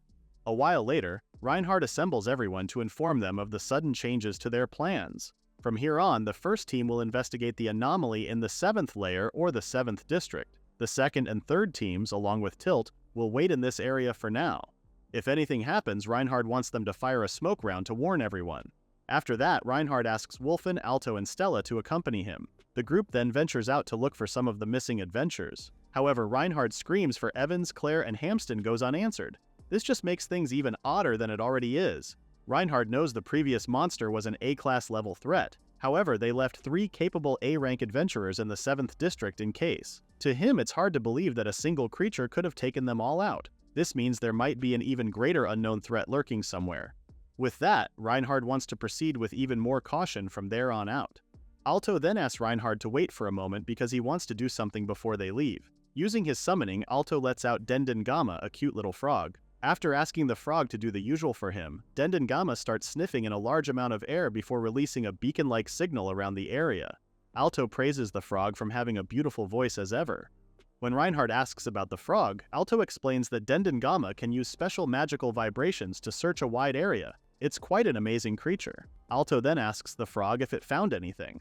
After Dendengama reports to the summoner, Reinhard asks him about it. However, Alto can't reply with a direct answer just yet. Instead, he asks if Reinhard has a map of this area, to which the adventurer does. Giving Alto a simple map, Alto then points somewhere in the area. Although there were no magical reactions in the vicinity, Dendengama did feel a slight disturbance in magical energy around the area where Alto's pointing at. For now, Alto can't tell if it's friend or foe, but it seems someone is hiding. Looking at it, Reinhard realizes it's actually near the 3rd warehouse. So Reinhard informs everyone they'll go and check it out while staying alert of their surroundings. Not long after, they all arrive at the warehouse and quickly survey the surroundings. However, there seems to be no one in here. Alto believes it's because whoever is here is in hiding. Wolfen is puzzled as to how that could happen when the warehouse alone is cramped and tiny. Alto takes out Dendengama once more and asks if it can do a slightly bigger search than before. After agreeing, the frog does its usual. After moments of waiting for what comes out, they hear a loud scream from nearby. A trembling man is now out in the open, sitting on the ground. Wolfen is beyond to see the man since he wasn't there a while ago. Alto then explains that the man was probably hiding using a shadow concealment magic, which was dispelled by the frog's magical vibrations. The man then pleads for his life. Reinhard then realizes he actually knows this man, whose name is Thorsten. Reinhard then expresses how glad he is to see that Keynes is safe. Then he quickly asks what had happened to the place and where have all the 7th District adventurers gone to. Still shaken up, Keynes stutters as he tells Reinhard they all went below. Keynes starts tearing up as he explains how a mysterious man came up from the 6th and had taken everyone out in an instant. This revelation, of course, shocks everyone in the room. The Group 10 return to the central area of the 7th District to reunite with everyone else.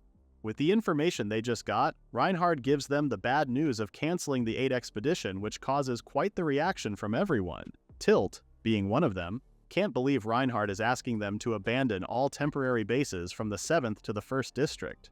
Reinhard confirms what he just said, but Tilt isn't satisfied with his answer yet and asks if he has any idea how hard they've all worked to get this far. Of course he does, Tilt. This isn't an easy decision to make for Reinhard. However, the adventurers, except for Keynes, have all likely perished. An unknown monster that suddenly attacked them, the fearsome being that annihilated the 7th District, and the 8th layer where the great Demon Lord's relic is thought to be located. These are far too many uncertainties to continue the expedition. With that, Reinhard asks Tilt to teleport all of them back to the large training area immediately. Sighing, Tilt has no choice but to comply.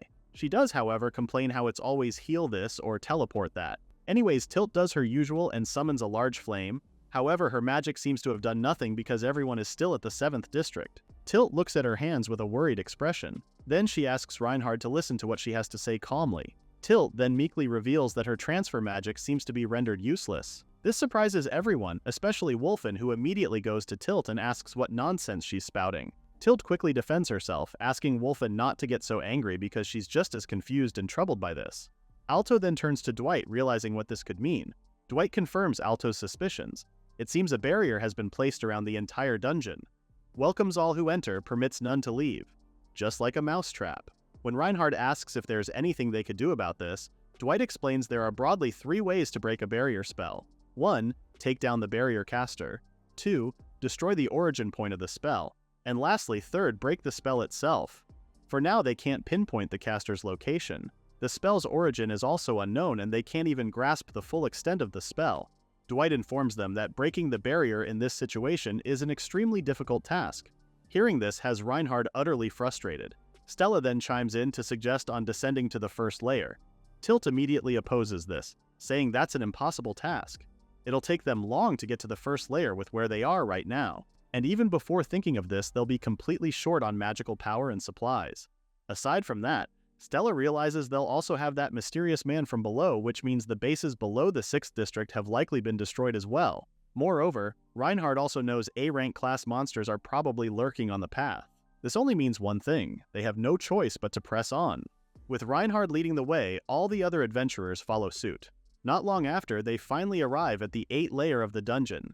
As soon as they step in, everyone immediately feels the intense miasma surrounding the place. Reinhard then reminds everyone to be extremely careful from now on since they're in a completely uncharted territory. Wolfen only smirks at Reinhard's warning. There's no way he's gonna play it safe when the monsters are already trying to make an appearance. And by monsters, it's the same type of monsters as before. Alto immediately calls out to Reinhard, who then tells everyone not to kill the monsters but to capture them alive instead. Wolfen and Tilt are both complaining with battling out these monsters. Not like they have much choice. Even Reinhard and Stella are busy focusing on battling out these monsters. Everyone else is doing the same. Before they know it, all the monsters are knocked out. Looking at the scene, Alto breathes out a sigh of relief. That takes care of most of the monsters now. The summoner's attention is then redirected to Wolfen, who's standing in front of a double door. Seeing this as a nice and straightforward gesture, Wolfen wastes no time and kicks the doors open. Everyone is immediately greeted by an even stronger miasma presence reeking from inside. Upon entering, they all see the Demon Lord's throne chair. Sitting on it is a large beating heart. Reinhard already knows what it is, and so does everyone else. There's no doubt at all. That's the great Demon Lord's cursed object. Suddenly they hear footsteps approaching. Then a man's voice comes out complaining how he had heard some commotion and figured they had some guests. Without further ado, the man greets everyone, introducing himself as Regulus Rod, one of the 10 demon magic users. With that, his eyes begin to darken as he asks everyone to remember him well. The mere sight of Regulus is a calamity incarnate for Alto. The demon magic user is all smiles while scanning the silence-filled room. Then he makes eye contact with Alto, who immediately feels the dangerous aura from Regulus. Alto thinks this one is incomparable to the A-rank monster they just fought. Probably off the charts at that. Regulus is a monster who sits at the special class level, making him a danger to everyone in this room. Reinhard then steps forward to thank Regulus for his polite introduction, which he appreciates. When asked who he is, Reinhard also introduces himself before asking about the 10 demon magic users. Regulus then gladly explains how the 10 demon magic users are comrades gathered for a noble purpose. Nothing more, nothing less. To what that noble purpose might be, Regulus dryly chuckles as he sarcastically notes how it should be obvious by now. Their noble purpose is the complete revival of the great Demon Lord. Of course, this revelation shocks everyone. That's not good news for them or the entire world. Alto thinks it's an impossible task to begin with. How can they revive a life lost 1,000 years ago? Regulus may have sensed the question lingering in the air, so he smirks and tells everyone that 1,000 years is just a moment when put into words. They've been waiting all this time for this moment, for this year, for this instant. Regulus then enthusiastically shares how they've been currently preparing for the Great Ritual. And to make this happen, they need a large quantity of items related to the Demon Lord, aka his relics. Obviously, the heart on the throne chair is one of those relics. It's actually the Demon Lord's own heart. Regulus's eyes turn into one struck with obsession as he drools over the Demon Lord's heart. He even asks everyone if they also think it's beautiful, since to him they are just mouth-watering. While everyone else seems appalled, Reinhard tries to be courteous and tells Regulus that aesthetic sense differs from person to person. After that, Reinhard asks the demon magic user about something. Reinhard's eyes are now serious as he asks if Regulus was the one who attacked the 7th district. Although initially confused, Regulus thinks long and hard about it and ultimately remembers the tidy residential area which he crushed by the way. Regulus then feigns being heartbroken over it. He says it pained his heart to destroy such a well-organized architecture. If only the adventurers hadn't rampaged needlessly, it could have been preserved in its beautiful state. Reinhard is now brimming with anger as he listens to Regulus saying it was such a waste to do so. Then, the A-ranker calmly asks about the missing bodies of their comrades, and perhaps Regulus might have kept them alive. Regulus's face brightens with joy as he confirms that he did. Regulus shares how much he despises waste more than anything in this world, so of course he couldn't squander the precious radiance of life. With that, Reinhard politely asks if he may request for Regulus to return their comrades to them. Now Regulus's face is etched with confusion, confirming if they didn't come here to kill. Although Reinhard's puzzled with Regulus's words, Alto, on the other hand, is now angry as this just confirms his suspicions earlier. With manic eyes, Regulus asks the A-ranker if they hadn't met his failures along the way to the throne room. Regulus even emphasizes how there were many along the way, too. It takes a while for Reinhard to piece it all together. Watching Reinhard's horrified face has Regulus bursting in laughter. He then reveals that the monsters lurking around are actually their precious comrades. That's not all. Regulus then commands the monsters to come out for everyone to see. Everyone is beyond shocked. Could these monsters in the 7th district really be their comrades? Regulus is very proud of his creation. Because his unique magic has a peculiar power, he can transfer life. Originally, his power was used to give life to non-living things like stones and flowers for fun. But recently, Regulus has been able to apply it to living beings as well. After that, Regulus turns towards the monsters as he tries to identify them. The one who escaped yesterday was Evans. Then Regulus points to his left, saying that one is Claire and the one to the right is Hamston. Or maybe it's the other way around. Regulus isn't so sure now. The adventurers are appalled with this new information, especially when Regulus turns to them to apologize for not being very good at remembering human faces and names. Alto remembers those names from Reinhard earlier. Evans, Claire, and Hamston are the names of the A-rank adventurers Reinhard was looking for. Speaking of Reinhard, he's not in good shape as he stares at the abomination that has become of his comrades. The monsters even starts crying as they mutter Reinhard's name, apologizing as they ask for help. This just makes matters even worse.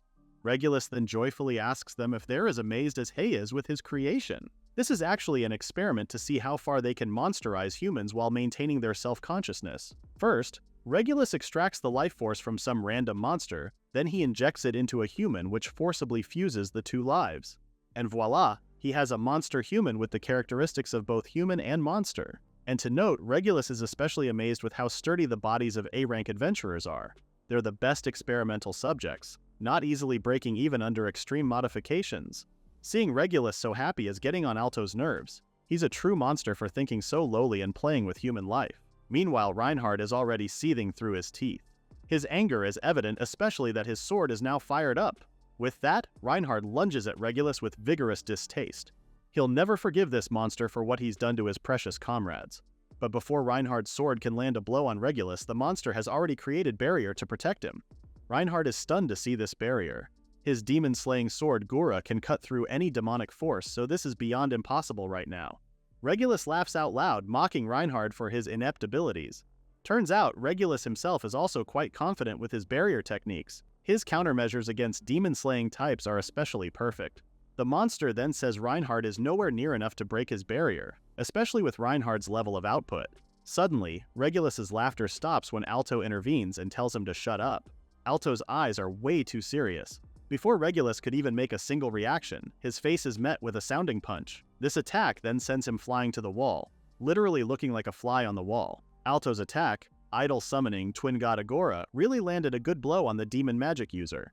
Despite the powerful attack, Regulus still manages to stand on his 2 feet. He then asks who just attacked him, to which Alto answers, introducing himself as a D-rank adventurer. Regulus repeats Alto's words, not believing the summoner just called himself a D-rank adventurer. The demon then asks him to stop spouting lies when it's obvious Alto's not in the D-rank league. With Alto's magical power, Regulus can't believe he's just D-rank. Judging from the fact that Alto wasn't on the official list of adventurers, Regulus believes the summoner is an unregistered special class adventurer. All this yapping doesn't really bode well with Alto's mood, so he commands Agora to use city-breaking wing strike on Regulus. The winged beast then lunges for Regulus, who's amazed with the incredible power he's seeing. However, unlike last time, Regulus is ready to take defense and uses Divine Butterfly Reincarnation. His defense magic renders Alto's twin god Agora in painful swelling before Regulus signals for it to explode into bits and pieces. Regulus licks his pointer finger as he deems this level of magic still not enough to defeat the 10 demon magic users. Stella, who's been watching the battle, is stunned to see Agora being taken out in just 1 hit. Regulus's magic spell earlier, Divine Spiral Reincarnation, is magic that interferes with life itself. That unusual reaction just now was Agora's life force running wild inside, causing self-destruction. The fact that Regulus deliberately received the city-breaking wing strike with his right hand suggests the activation condition is to contact with the target before it can be unleashed. Now, if Alto assumed that only the right hand is the starting point, is a bit naive of him. At minimum, Alto should be wary of the left hand too. As a matter of fact, there's Regulus's entire body which Alto doesn't want to think about yet. While Alto's headspace is preoccupied, Regulus asks him if he's really a summoner.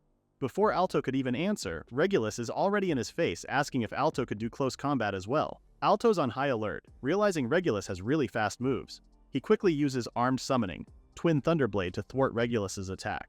The demon smiles evilly as he steps back from Alto's counterattack. Then, he uses Divine Spiral Reincarnation again to heal the slash Alto had made. Regulus then bursts out laughing. That was pretty surprising to him since he didn't expect Alto to be capable in close combat too. Alto stands on high alert, focusing his eyes on Regulus's next move. In his mind, he's trying to decipher what kind of high-speed regeneration Regulus had uses earlier. But then, the summoner realizes it might be livestock after all. When he mentions this to Regulus, the demon is surprised that Alto had figured it out so quickly. With that, the demon realizes Alto might be a bit troublesome now. Alto believes that the demon probably uses Divine Spiral Reincarnation to gradually extract his own life force and store it as stock. By using that when he suffers a fatal wound, Regulus can achieve pseudo-high-speed regeneration. In other words, this is a troublesome skill to Alto. To defeat Regulus, Alto must either have to deplete all the life he's stocked up until now or take him out in a single blow. What Alto wasn't ready for is a compliment coming from Regulus, who calls the summoner amazing. Regulus is amazed because Alto is an all-range type summoner who can handle close, mid, and long-range combat. That's pretty rare and is getting the demon pretty amped up. With that, Regulus uses Divine Butterfly Reincarnation and touches the ground. This magic spell has weird black rope-like magic manifesting. Stella then screams at Alto, telling him about the carpet. Alto then uses Phenomenon Summoning, Kirin's Breath, unleashing a whirl of strong wind. Regulus is smiling as he sees yet another powerful summoning from his foe. Then he realizes that a head-on battle doesn't seem to be in his favor. Changing things up a bit, Regulus transports himself at the back of one of the adventurers and grabs him by the head.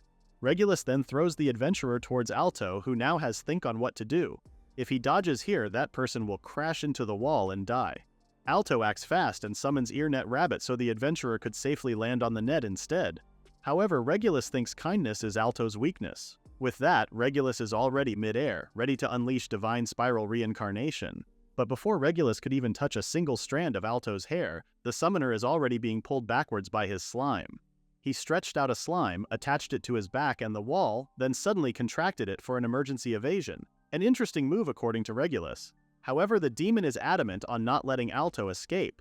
Using Divine Butterfly Reincarnation, Regulus touches the walls, and the brick starts aiming towards Alto. The summoner quickly uses Lightning Style, Fourth Sword Purple Lightning, to try and break all the incoming bricks. There were some that he missed, so Alto got him around the shoulder and knee. This has Stella worried now.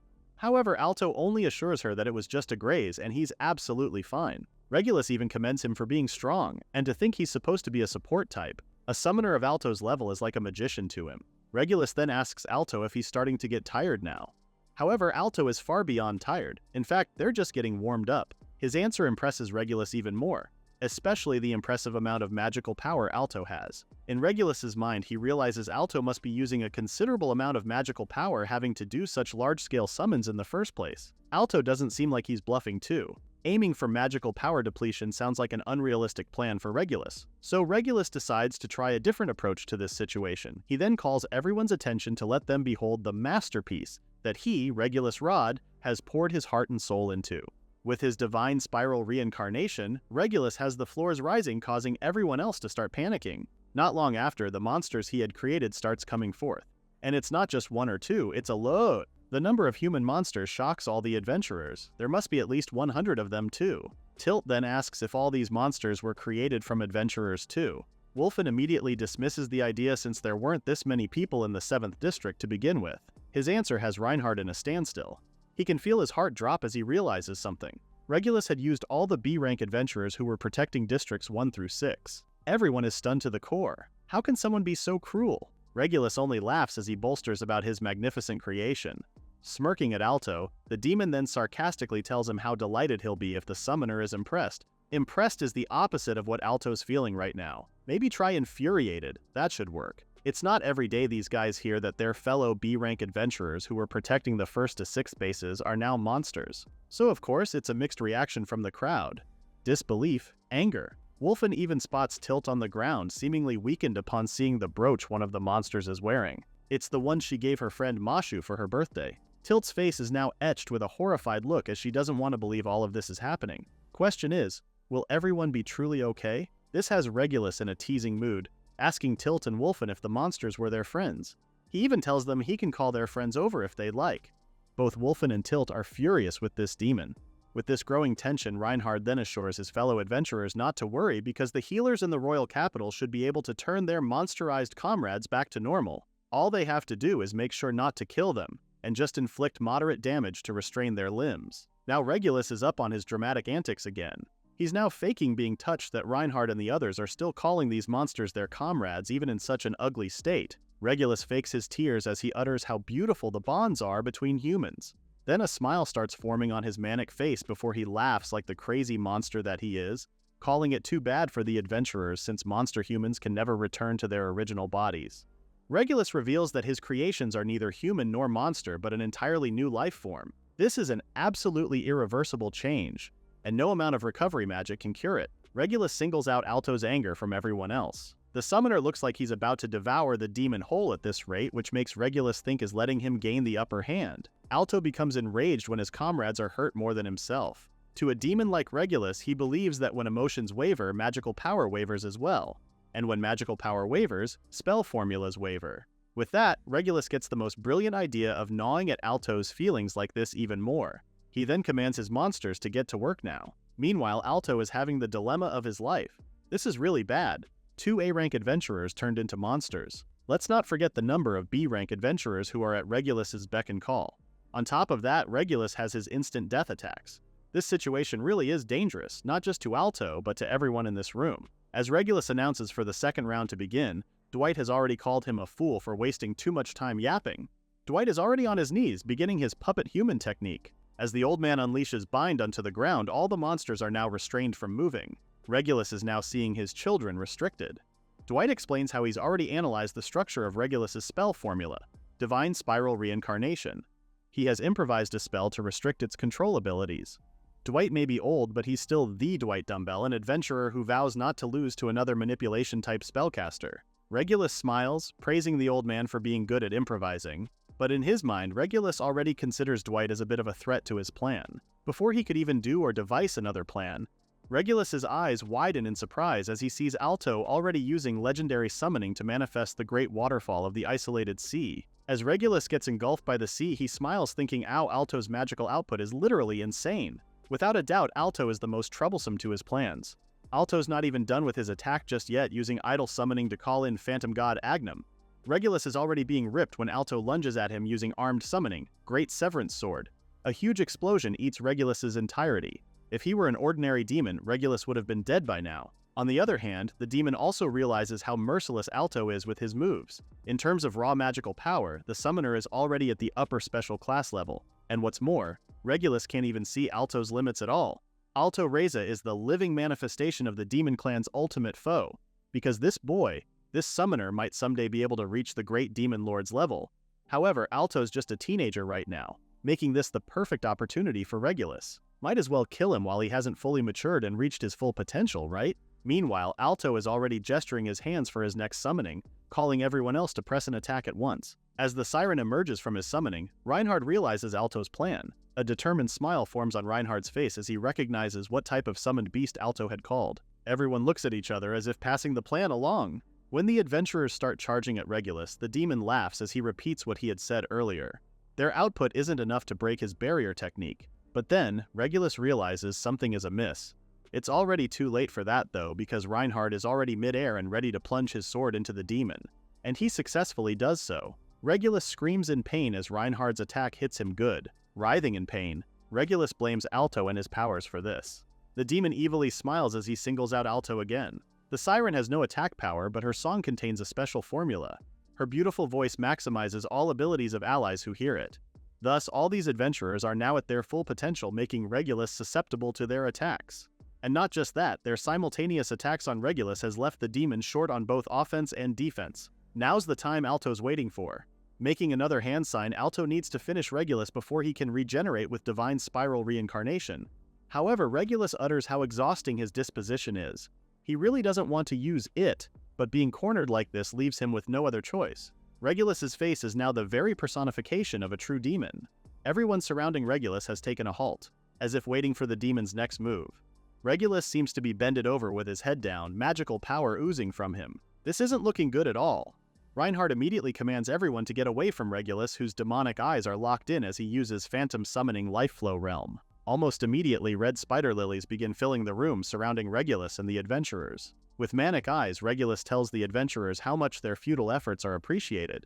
However, he's still way above them. Phantom summoning is a supreme technique that projects one's unique magic into the real world, distorting the principles of the mortal realm.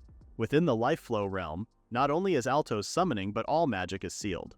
With that, only Regulus's divine spiral reincarnation will function properly. Case in point, once Regulus uses phantom summoning on them, they'll lose any chance of winning.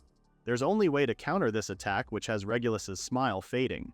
The seal to his phantom summoning isn't closing, and it's because of Alto's magic. This is the only way to stop Regulus's phantom world from fully completing. Alto focuses himself on releasing his magical power, stopping Regulus's spell momentarily. Regulus then calls the summoner a monster for recklessly releasing such enormous residual magical power. And to compete with Regulus's phantom summoning? Alto's face starts wincing as this solution is taking a toll on him. But if he fails now, everyone including Alto will be killed. Alto then turns to Reinhard, who expresses his gratitude for having the summoner on their side. After all, Alto's the only reason why they're still hanging by a thread right now. Now they just need to think of a way to turn the situation around. However, Alto immediately tells him there's no need for that since the groundwork for their comeback has already been laid. Alto just needs time to activate it. Hearing Alto mention this has Regulus curious and at the same time a bit worried. Just what is this summoner playing at now? Reinhard asks if it's really true. Alto isn't one to lie. He then reminds Reinhard of the king's key he left into the 7th District's grounds. The catalyst to that is Alto's blood, which he had scattered in the 4 corners of this room. Now that the preparations are already complete, Alto can now begin his plan. Reinhard is silently amazed in Alto's quick thinking. In the small amount of time they've known each other, this kid has made multiple grand moves and has always been 2 steps ahead of everyone. Alto then asks the A ranker for 5 seconds. No, 3 will be enough. All Alto wants is for Reinhard and the others to disrupt Regulus's concentration and stop the expansion of his phantom summoning. Heeding Alto's request, Reinhard commands everyone to release all his magical power and charge at Regulus. They can't hold back anymore and might as well consider this as the final attack of their lives. With determined faces, all the adventurers give it their all. Stella uses Flame Emperor Bullet. Reinhard has unleashed his Severance style, Divine Slash. Wolfen also joins in with his Werewolf Mighty technique, Devastating Ash Barrier Fist. All these attacks, including the others, has Regulus completely preoccupied. But the demon quickly utters Divine Spiral Reincarnation again, making Alto worry about the closing phantom world even more. This is truly their last chance. So Alto closes his eyes and establishes a connection with King's Key. After filling the summoning formula drawn in the throne room with magical power, he then starts building the pathway to the summoned beast. After that, Alto is now sweating as he makes the last requirement to his plan, forming the hand sign. His eyes widen when Regulus screams at him, telling the summoner it's already too late for him because phantom summoning is now complete. Regulus smirks, mocking the summoner for whatever it was he was planning to do, but it looks like it was all in vain. Everyone is now looking at Regulus in disbelief. They didn't expect to not make it in time. The demon barks out a loud laugh, revealing that victory is now, as since phantom summoning is now complete, as Regulus claims his absolute victory. His left arm suddenly gets chopped off. Regulus screams in pain, calling this an impossible thing to happen. But it is possible, and it's all because of one person, Alto. Although he's left out of breath, Alto is thankful that he made it right on time to manifest divine heritage summoning Heracles. Now, Heracles stands tall and proud before Regulus, waiting for Alto's next command.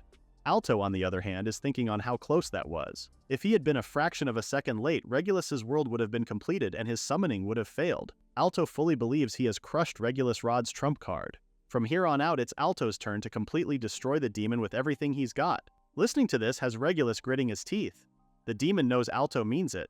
Regulus, in pain, curses Alto for destroying his life flow realm. Alto knows phantom summoning consumes enormous magical power and that he can't perform a second summoning in such a short time. With Alto's call, Heracles goes straight at the demon magic user who still thinks he's all that. As soon as Heracles closes in, Regulus touches the beast's chest and uses Divine Butterfly Reincarnation. Not long after, Heracles explodes into Abyss. Everyone watches in surprise while Regulus mocks Alto for how easy his summoning got destroyed. Regulus then smirks, taunting Alto further by saying he shouldn't act like the summoner has already won. Alto is unfazed, revealing how that was just Heracles' weakest first form. This stuns Regulus, but something behind him stuns him even more. As Regulus turns around, he is faced with Heracles' embodiment once more. Before he could even say anything, Heracles throws a sounding punch into Regulus' face. Regulus is seen flying and coughing in pain as Heracles continues attacking him. The great hero Heracles. In the ancient age of the gods, he overcame the 12 labors imposed by the gods. A legendary man who approached divinity while still immortal. To truly kill him, one must take his life 12 times and then defeat the true Heracles that emerges, called the 13th great hero. Well, that's 1 down and 12 to go. After Heracles lands yet another kick at Regulus, the demon coughs again in pain. He now realizes how troublesome this has become. In his current state, Regulus won't be able to completely kill this summoned beast. Alto calmly asks if the demon will give up now. A smile forms on Regulus's face, saying he absolutely won't surrender. He's just going to return to basics for a moment. With that, Regulus uses Divine Butterfly Reincarnation again, but this time he pours it all into one huge magical ball of power. This is Regulus Rod's final magic dedicated to Alto Reise. To Regulus, humans are merely ignorant, foolish, and immature children of an inferior race. Such carelessness and arrogance led to Regulus's disgraceful state. With that, Regulus no longer sees Alto as someone beneath him. Instead, Regulus is going to unleash this final magic as if fighting a great summoner from the age of the gods. Once Regulus's magic is complete, the huge ball then turns into a small one, alerting Alto in the process. Regulus grants life to the air, filling the sphere and causing it to self-destruct. After repeated cycles of birth and death, the absolute vacuum is born. As Regulus utters Divine Spiral Reincarnation, collapse, the tiny ball of fury begins cracking, and a strong force of magical power is unleashed towards Alto. The ultimate strike infused with all of Regulus's magical power into this tiny ball that contains tremendous amounts of energy. This is the end for Alto Reise's existence, Regulus says. However, Alto is already commanding Heracles to unleash its 13th form along with the treasured sword Marmiador's. With that, Alto instructs the beast to unleash all remaining magical power on Regulus. As soon as Alto utters Annihilate, Heracles swings the sword towards Regulus, instantly knocking the demon out. Regulus is now reduced to only his upper body. Even in this dying state, Regulus is still breathing, hard, and in pain. Alto is also surprised to see Regulus still breathing too. Tears begin streaking down the demon's face, realizing he's no longer of use to the great demon lord. This is just a pathetic and shameful way of dying. Regulus has dedicated his entire body and soul to the great demon lord. Until the very last moment of his life, he must work for the demon lord. Making a hand sign, Regulus uses the very bit of his magic to morph the monster humans. The adventurers start screaming as they see their comrades who were turned into monsters suddenly start swelling up. Regulus manically commands his children to come and gather around to be a part of Regulus Rod's great final act of comedy. Regulus then tells the adventurers to open their eyes wide so they can witness the fate of their dear comrades. A truly cruel and ugly death. An empty and worthless end. As Regulus screams for them to burn the sight into their souls, he then uses Divine Spiral Reincarnation, Release. But then, nothing happens. Everyone is silently watching, surprised that nothing is happening. Even Regulus himself is left dumbfounded. He then screams, "Why? Why is no one exploding?" This is when Alto chimes in, apologizing that Regulus's plans aren't going exactly as he wants it to happen. With that, Alto closes his eyes and unlocks King's Key. In the name of Alto Reise, he nullifies the choice of events inscribed in causality. The monster humans then return to their human forms. Regulus watches this scene in pure shock. This is supposed to be impossible. His creations weren't supposed to return to their original forms at all. Meanwhile, Tilt reunites with her dear friend Mashu. She hugs Mashu, ugly crying as she expresses how glad she is that Mashu is okay. Regulus is in a desperate state. This is absolutely impossible. Life destroyed by Divine Spiral Reincarnation should be irreparable by any means. Alto then confirms the demon's words, saying it was definitely an irreversible destruction. It absolutely cannot be healed by recovery magic. So Alto made it like it never happened. This has Regulus stunned. Alto's deadpan eyes bore into what's left of Regulus as he reveals that the fact that Regulus Rod used Divine Spiral Reincarnation to transform adventurers into monsters never happened. Alto has altered the past so the monster humans could return to their human forms. Regulus is irked right now, saying there's no way it's possible. But it is possible with the King's Key. Though royal interference has many limitations, so it's not that versatile, but Alto doesn't have to reveal that secret to this demon. Versatile summoning magic is an extraordinary power to alter the past, and above all, an inexhaustible magical power. Now Regulus is certain, this child will eventually reach the realm of fantasy and bare his fangs at the great demon lord. He must somehow inform the other 10 demon magic users about this unprecedented threat named Alto Reise. Suddenly, Regulus starts thrashing around, alerting everyone surrounding him. Then, a voice booms the place and says he's glad to have made it in time. Blinding light then engulfs Regulus. Reinhard believes this is a new enemy emerging, and true to that, there is a mysterious, cloaked man standing and hong Regulus's body. Seeing this man, Alto can already feel he's a strong one. The summoner then asks the mysterious man if he's the comrade of the 10 demon magic users. But the man says being called as one of the 10 demon magic users is a difficult question to answer. For now, maybe he is. When Alto asks if he's here to help his comrade, the man says that's supposedly correct. Regulus's divine spiral reincarnation is perfect for finding vessels for him. That's why he needs the demon alive. The man doesn't really answer in detail, making Alto realize this man has no intention of explaining and could be hiding something bigger. The man then informs Alto they'll be taking their leave now, but Alto already has his hand out, not wanting to let these demons escape. The man calls this troublesome because he's not really in the mood to fight right now, so he'd just appreciate it if Alto lets this one go. But Alto isn't budging, calling this a difficult request to comply. Before Alto can finish his summoning, the man already has his hand out with a strong magical power aimed at Stella. The man asks Alto again if he's really sure he won't let them go. Alto realizes he can't have his friend be in danger because of him. So in exchange, he tells the man not to lay a hand on Stella and the others. The man politely thanks Alto and praises him for being a kind person. With that, the man starts doing hand signs in order for him to transport out of the room with Regulus. Before completely vanishing, he tells everyone he has one request, and that's to take care of the Great Demon Lord's heart. Alto then reminds the man that that's the Great Demon Lord's relic and is supposed to be as equally important to the 10 demon users as it is to them. The man agrees, but then he explains it can't be used just yet. Neither can it be destroyed and sealed, so might as well entrust it to Alto for now. The man then gives Alto a small smile, telling the summoner it might be you. When Alto asks about the cryptic message, the man tells him he'll understand eventually because they are bound to meet again. And when that time comes, the man hopes to have a much deeper conversation with Alto. Once the man and Regulus are gone, Alto looks at everyone. Defeating Regulus, saving the adventurers, and securing the Great Demon Lord's relic are supposedly major feats indicating their victory. However, Alto doesn't feel like they've won, especially knowing that the 10 demon magic users are somewhere out there existing. When everyone finally gets back to the training arena at the Silver Prison Guild, the adventurers rejoice their recent victory. During the 8th expedition, they managed to conquer Daras, the demon-suppressing palace, without losing a single person. They even managed to recover the Great Demon Lord's relic in perfect condition. This is undoubtedly a magnificent step in human history and an overwhelming victory. With that, Reinhard lifts his cup to toast with his fellow adventurers. Tonight he wants everyone to forget everything and indulge in the sweet wine of victory. Reinhard's promising toast has every adventurer screaming for joy.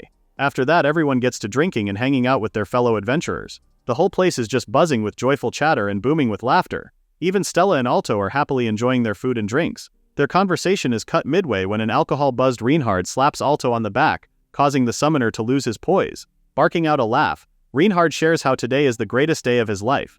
Both Alto and Stella are taken aback with Reinhard's excessive force. After regaining composure, Alto gives him a reply, agreeing how today certainly is a memorable day indeed. Reinhard chugs another cup of alcohol after he sings out an agreement. Reinhard then turns around to leave, telling everyone to keep on going. Watching Reinhard like this has Alto noting how the captain is when he's drunk. Just when Alto thinks he's in the clear now, Wolfen approaches him and puts an arm around the summoner's shoulder. Wolfen is obviously drunk as he praises Alto for being a pretty damn good summoner. At first, Wolfen really thought Alto was just an annoying guy. Not that he dislikes Alto or anything, just a first impression kind of thing. With that, Wolfen offers Alto a spot in their party. Before Alto can even give him an answer, Tilt pushes Wolfen away and slams herself towards Alto. Teary-eyed, she thanks Alto for saving her dear friend. When Tilt expresses her love for Alto, an ominous energy is already manifesting behind her. Stella is already looking like she's going to murder Tilt.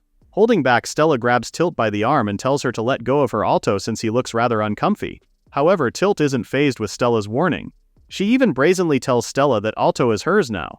As she says that, Tilt pushes Alto into her chest, mushing him there. This has Stella screaming bloody murder. She then asks Tilt what she's doing. If Alto doesn't like it, he should just say so. When a drunk Tilt asks Alto if he doesn't like it, the summoner can't give her a clear answer from being almost smothered to death. Reinhard then interrupts this whole fiasco to tell Alto, who's still being hugged by Tilt, that it's about time for him to lead the toast. And so the summoner got up on stage with a cup of alcohol to toast. He's a bit confused why a toast is necessary when everyone's already drunk. And the question is, why him? A drunk Reinhard's voice echoes through the room telling everyone that the true hero of their great victory is undoubtedly Alto. They can't drink happily unless he leads a toss. With Reinhard's telling him not to be shy, the crowd cheers for Alto. Alto tries finding for the right words to say. He's not really good at this sort of thing, but he has no choice right now. So he starts off by saying that working together had somehow managed them to conquer the dungeon safely. Today is a memorable day for everyone, so Alto raises his cup and stutters to say cheers. Everyone looks at him in silence, making the summoner worry if he messed up the speech. The adventurers all look at each other with a smile on their faces before raising their cups to Alto's toast. Everyone unanimously shouts cheers and the loud cheerful noise resumes. Everyone is chatting and refilling their cups to the brim. Even Pavel, who calls himself Manly Pavel, is determined to chug this entire barrel of sake. Dwight bolsters in laughter, cheering on the spirited Pavel as he chugs the sake. Meanwhile, Wolfen is summoning Reinhard to a drinking battle just like old times. Reinhard isn't backing down, telling Wolfen to bring it on. And so their battle of who finishes the most sake ensues. Looking at the two idiots, Tilt is getting amped up with how things are getting excited. A drunk Tilt then tells everyone she'll also share her beautiful voice, much to everyone's disappointment. They're all objecting such offer from Tilt. When she's about to open her mouth and sing, the adventurers all hold her down and cover her mouth. Alto's attention is then called by 3 of the adventurers he managed to turn back to human form. They're all thanking him for the good deed he had done for them. When one of them asks if Alto's not affiliated with any guild yet, they all urge him to join Silver Prison. Alto scratches the back of his head as he tries to politely decline their offer. In his mind, he thinks about how fun things are right now.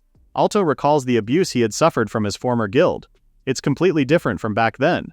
He then returns to his table with Stella and they both watch the adventurers get drunk. Out of curiosity, Stella wonders if alcohol tastes good. Alto takes a bite of the food and reminds her that they're still minors. It's not that Stella doesn't know that.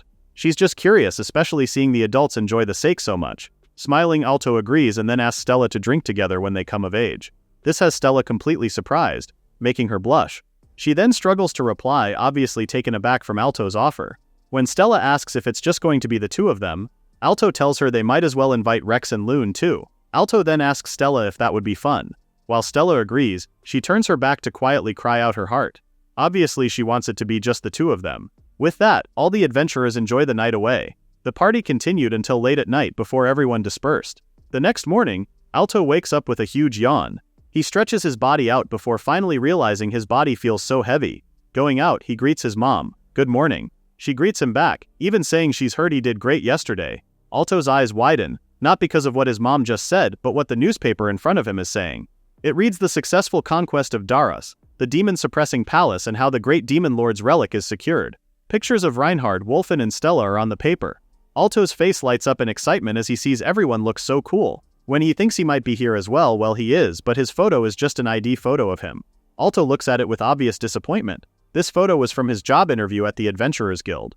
Alto's mom suddenly chirps, saying it's amazing to see her son's face in the newspaper. She looks so proud of her son right now. Crossing her arms, she looks up as she tells Alto that his father in heaven must be bragging about him right now too. When his mom asks what Alto's going to do now, the summoner tells her he's going to take it easy for a while since he just completed such a big expedition. Resting properly is also part of an adventurer's job, he adds. Hearing her son talk like this, Alto's mom can't help but compliment him of how far he's become as an adventurer.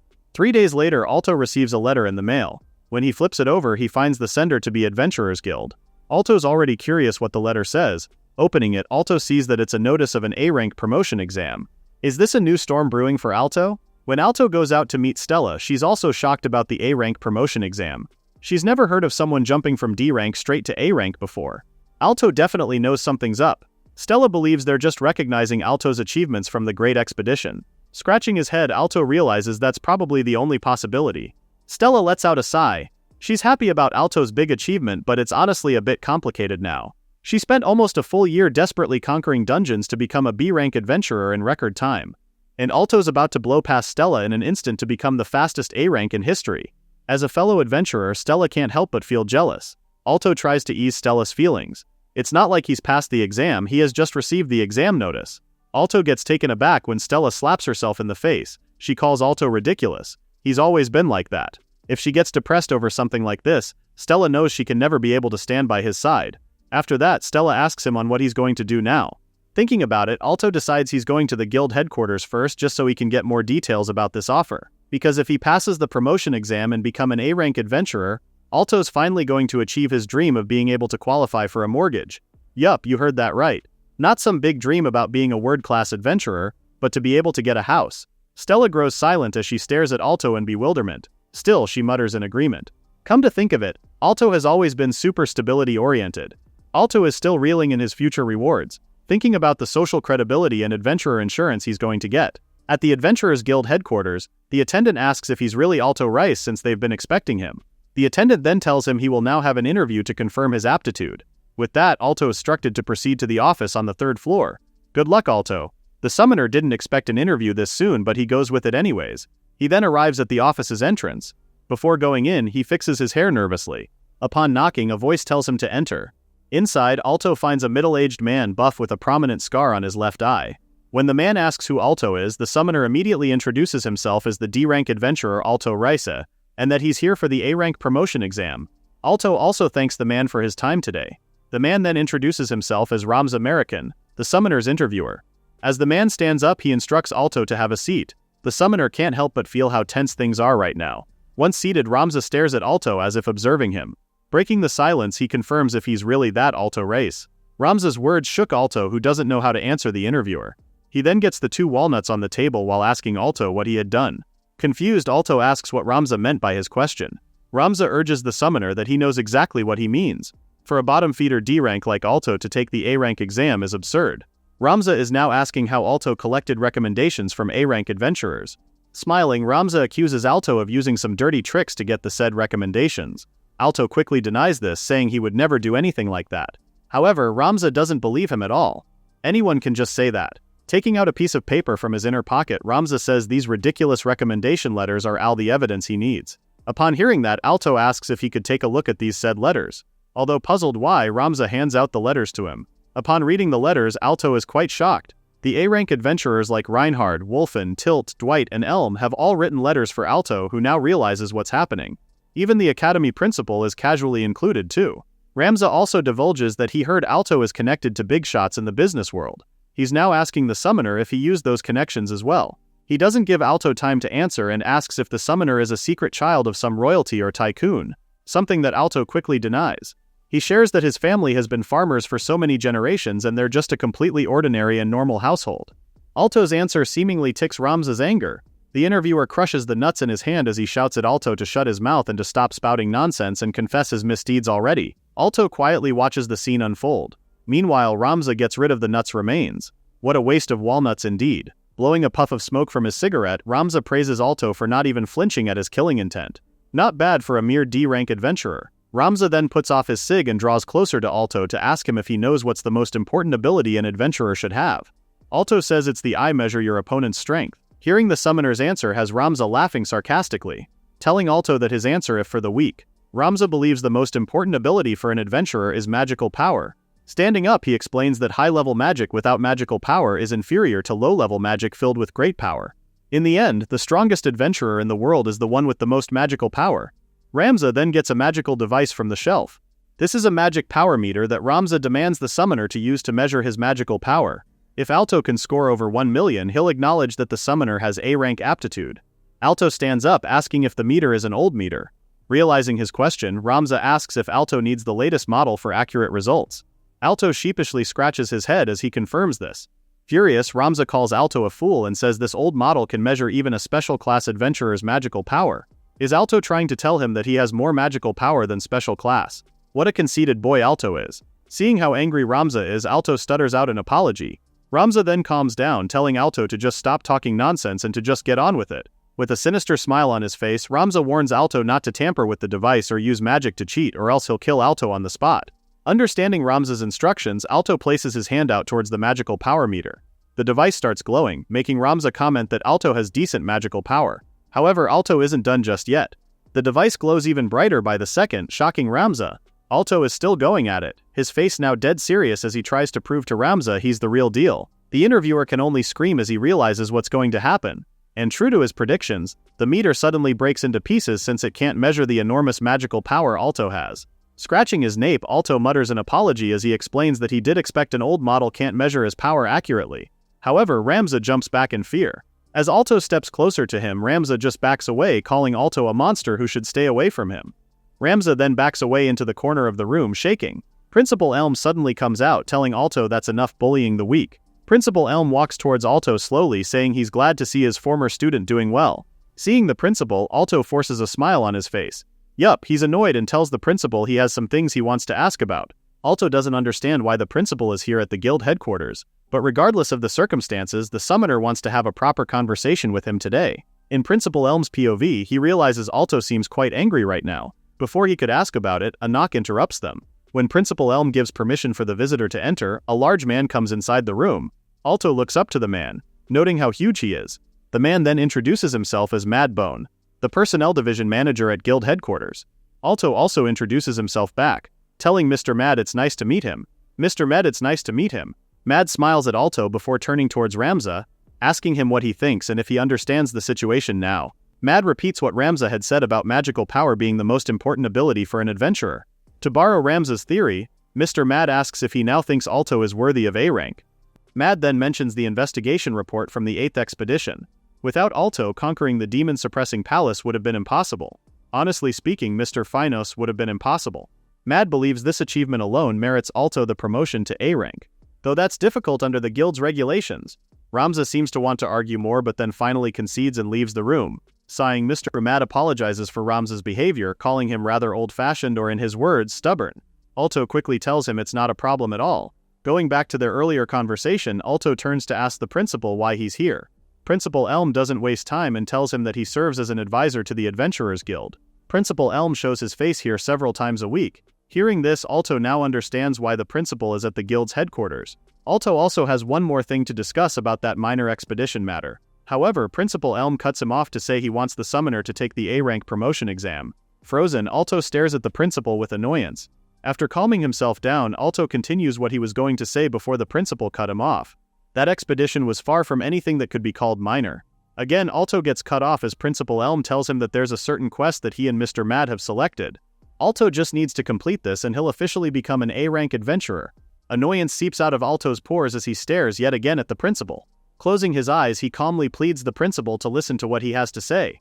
However, the principal only tells Alto that he has already taught the summoner how to properly make him listen to what he has to say. Alto then asks the principal if it's really acceptable. The moment Principal Elm gives his answer, Alto quickly uses Phenomenon Summoning minus Black Ring.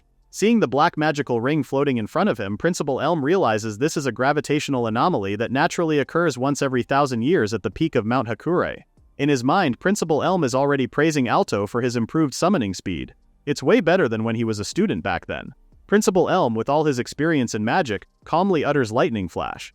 In a blink of an eye, the principal managed to escape the black ring's gravitational field. That was fast.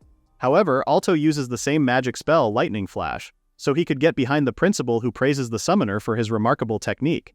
It just shows how Alto has grown impressively. With that, Alto asks if the principal will listen to what he has to say now. Principal Elm only laughs at him before calling the summoner naive.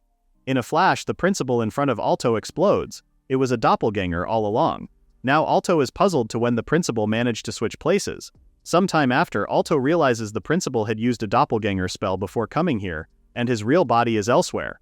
Principal Elm's voice then echoes through the room, telling Alto to hear the details of the exam from Mr. Mad, who's physically there in the room. With that, the principal bids Alto adieu, promising the summoner they'll see each other somewhere. Alto can only let out a frustrated sigh. On the other hand, Mr. Mad is all excited to have witnessed such an amazing magical battle. To hold his own against the former special class adventurer with the moniker Swift Elm is something Mr. Mad has expected of Alto. Alto holds his hand out while scratching his head. He denies such praise, saying he still has a long way to go, but Mr. Mad only laughs it off, calling the summoner a modest man. After that, he instructs Alto to have a seat while he makes some tea. As he hands Alto the drink, Mr. Mad tells him what the old master just mentioned earlier. They'd like Alto to take the A-rank promotion exam. It's actually a high-difficulty quest that the old master and Mr. Mad has selected together. If Alto completes this, he'll become what all adventurers aspire to be, an A-rank adventurer. Alto gives it a deep thought. It's a high-difficulty quest after all. Mr. Mad assures him not to worry. It might sound strange, but the difficulty is far lower than the recent Great Expedition.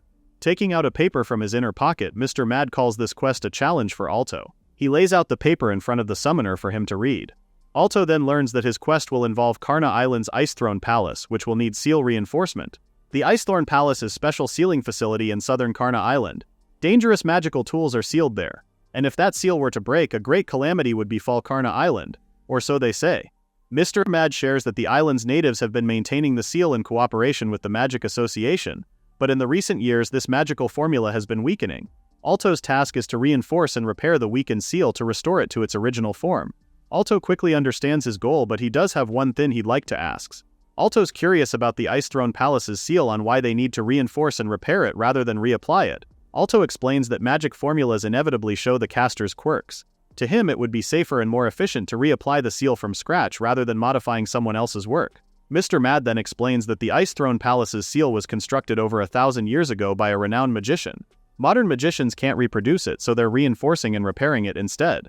Alto's curious rises as he seems impressed that a seal could last over 1,000 years.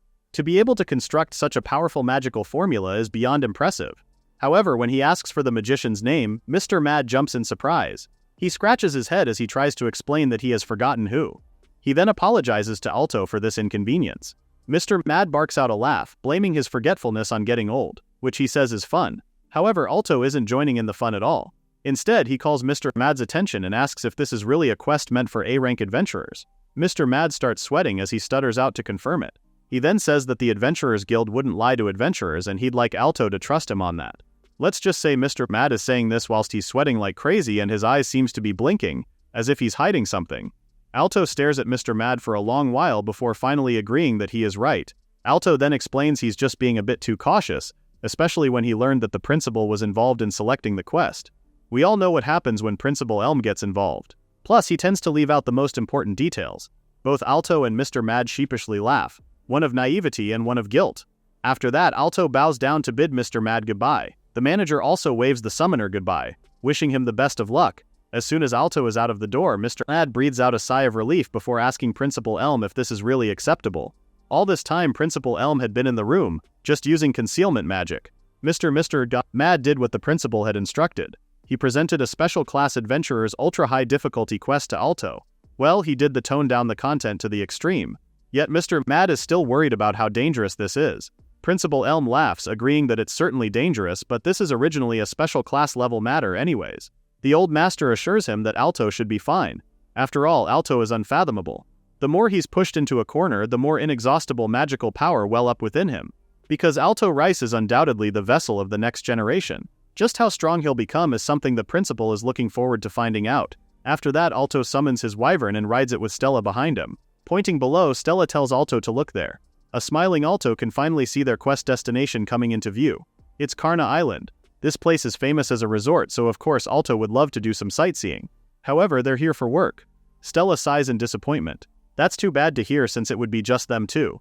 They'll just save the vacation for another time. For now, they have to focus on the quest. Sometime later, both of them arrive at DL Temple. Both Stella and Alto try to look around. According to the request form, a special envoy from the Magic Association should be waiting at the temple's entrance. Stella is the one who spots someone who definitely looks the part of an envoy. The figure seems familiar to Alto too. As they draw closer, Alto realizes it's actually Loon. Loon, who hears the noise, turns towards the duo and is surprised to see Alto and Stella. Loon calls this a coincidence, meeting her friends here. When she asks them what brings both of them to Karna Island, Stella answers back with a question. Because of Loon's full gear, she asks if she's the Magic Association's special envoy. Loon is also surprised. She never expected both Alto and Stella to be the Adventurers Guild's helpers. They're both just as shocked as she is. However, Alto really thought Loon is with the B-rank Adventurers Guild Jade Brightstar, so he's shocked as how she became a special envoy for the Magic Association.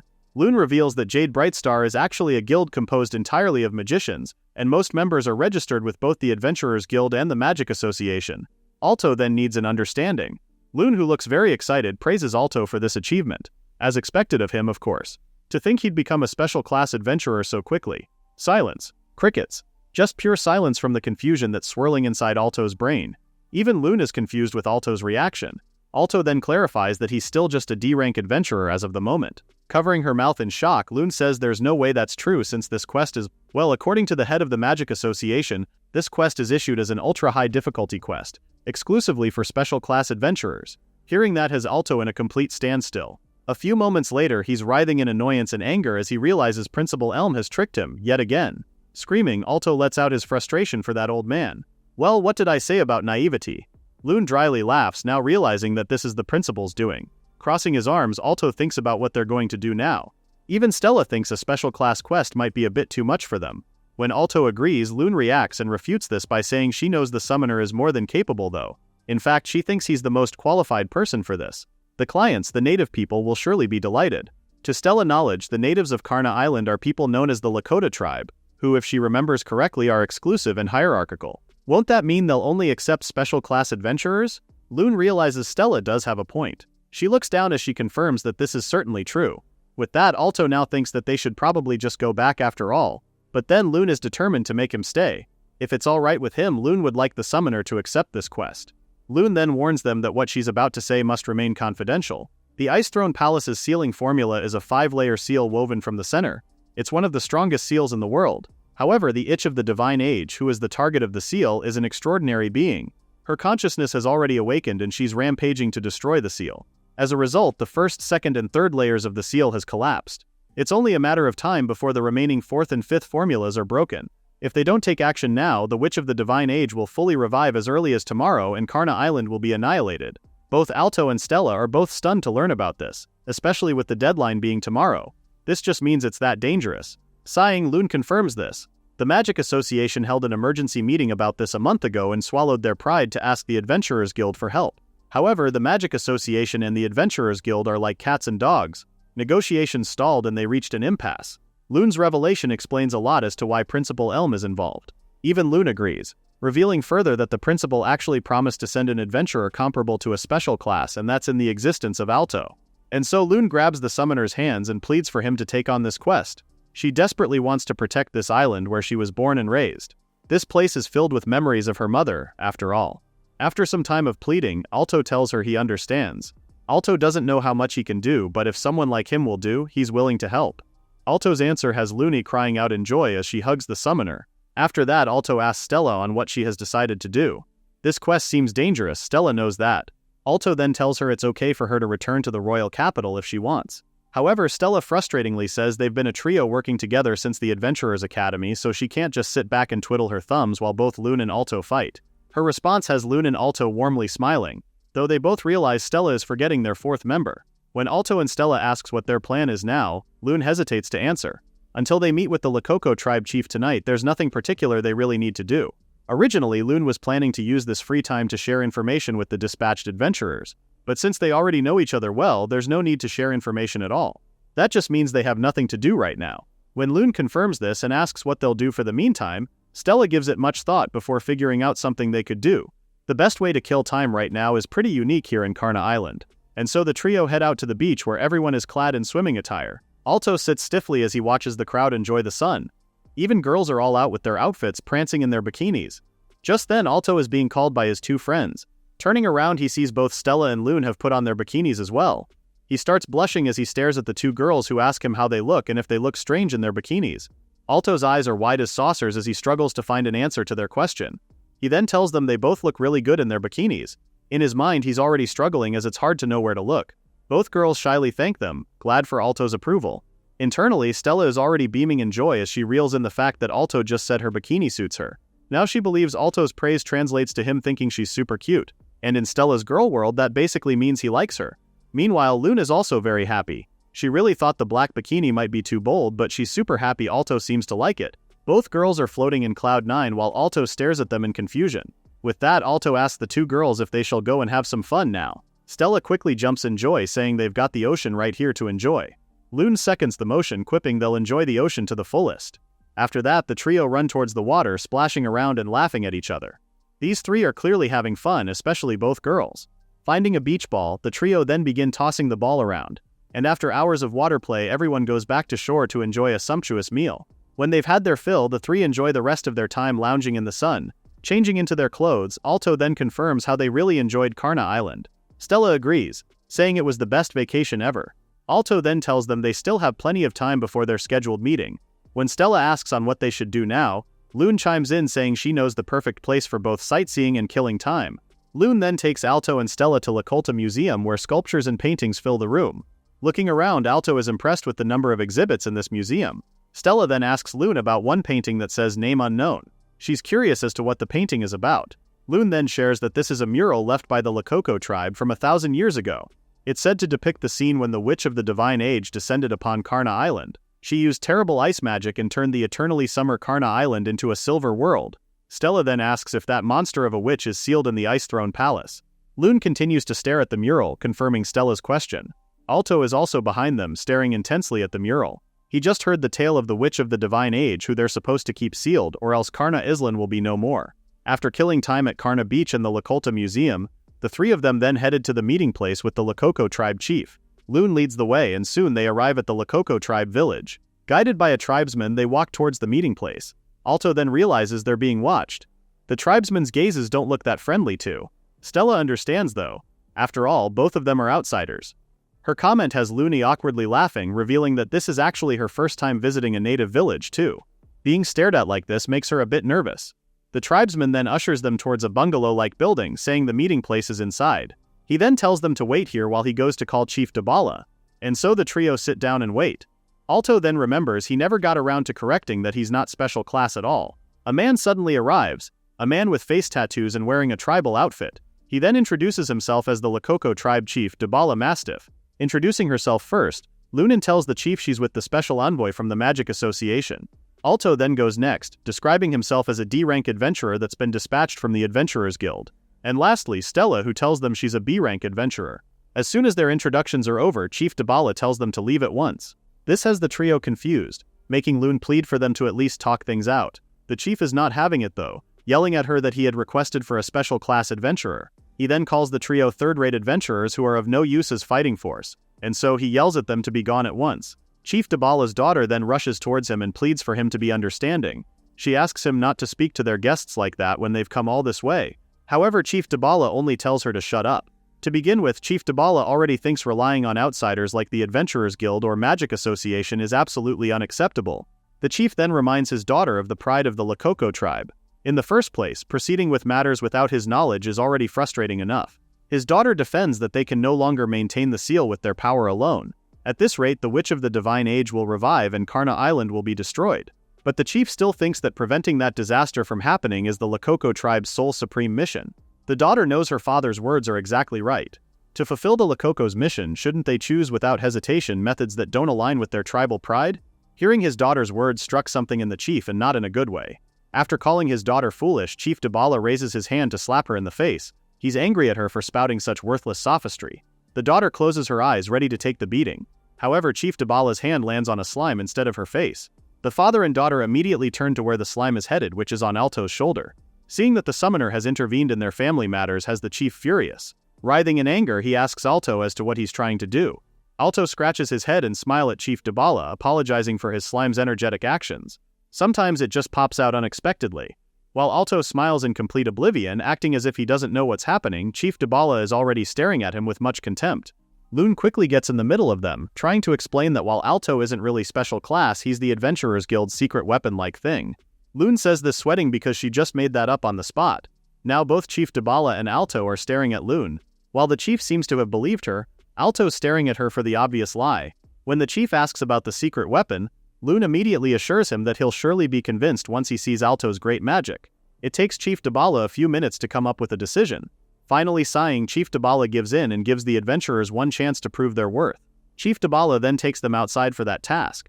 Looney then apologizes to Alto for causing a big problem now. The summoner immediately assures her it's not her fault at all. Chief Dabala wants to see what kind of great magic the Adventurers Guild's secret weapon will demonstrate. Seeing Chief Dabala's smirk has Stella a bit annoyed. She quietly whispers to Alto how annoying the chief is acting right now. She's now suggesting they blow him away spectacularly with some amazing summoning magic. Alto dryly laughs, saying it's too extreme for a mere demonstration. However, the real problem is what could he do to show Chief Dabala to convince him he's the real deal. Alto soon thinks of something and openly says that might work. When a confused Stella asks what that is, Alto explains that he did find something earlier at the museum, a huge stone with carved ancient characters. Alto immediately asks Loon what the thing is, which she says is the true stone monument of Lakoko. It's an elaborate replica of a mysterious stone monument passed down through the Lakoko tribe since ancient times. When Alto asks about the ancient characters and its meaning, Loon also explains that she only knows of the meaning from the notable scholars who have studied it. It says something about when the Savior who command all creation appears from the outer world, heave and earth shall tremble. The heavens will cry and the earth will split and lightning of jubilation will fall. That's the old legend behind it if Loon recalls it correctly. Alto is then curious if all Lakoko tribe members believe in this legend, to which Loon confirms yes. The Lakoko tribe values their culture and traditions very highly, so to speak. When Chief Dabala sees that Alto isn't saying something at all, he asks if the summoner is getting cold feet. Alto only laughs, denying such. With a swoop of his fingers, Alto begins his demonstration.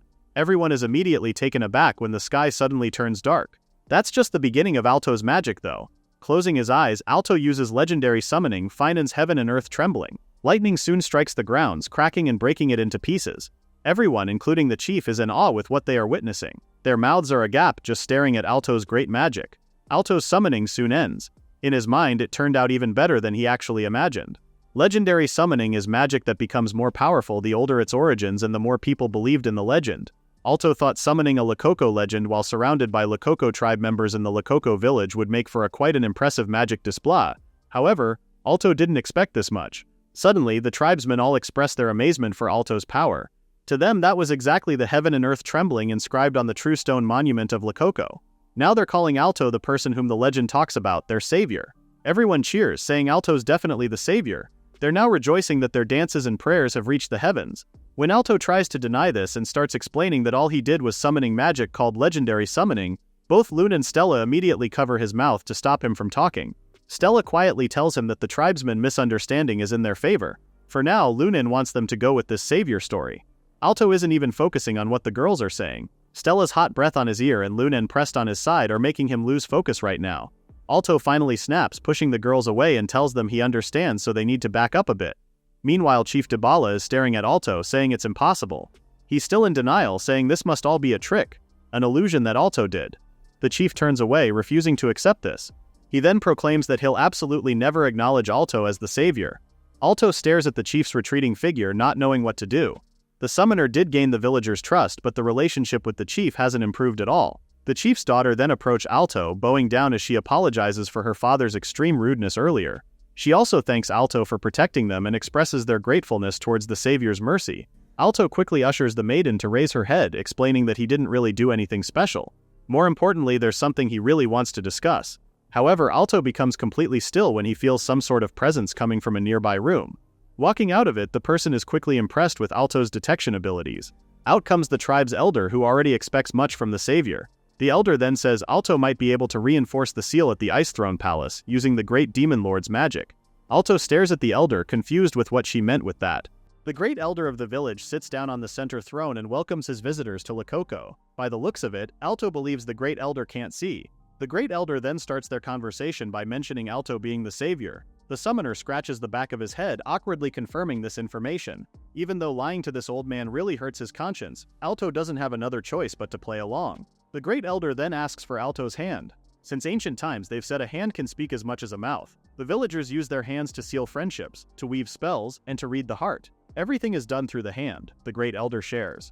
Alto looks at his hand, absorbing in what the Great Elder just said. Stepping forward, Alto extends his hand out towards the Great Elder. As soon as the Great Elder's hand touches Alto's, light begins to emit around them. The Great Elder can't hide his surprise, gasping upon seeing Alto's kind and gentle heart. To him, Alto's mana is a wonderfully nostalgic thing to witness. A few seconds later, the Great Elder announces to the villagers that Alto is without a doubt the rightful savior from the legends. Chief Dibala's daughter clasps her hands in hopefulness, giving thanks to the great ancestors for their guidance in leading Alto to their village. Both Stella and Loon give their friend a wink and a smile for this successful turn of events.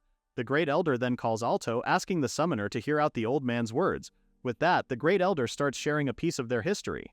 It was a little over 1,000 years ago when a monster called the Ancient Witch descended upon this land.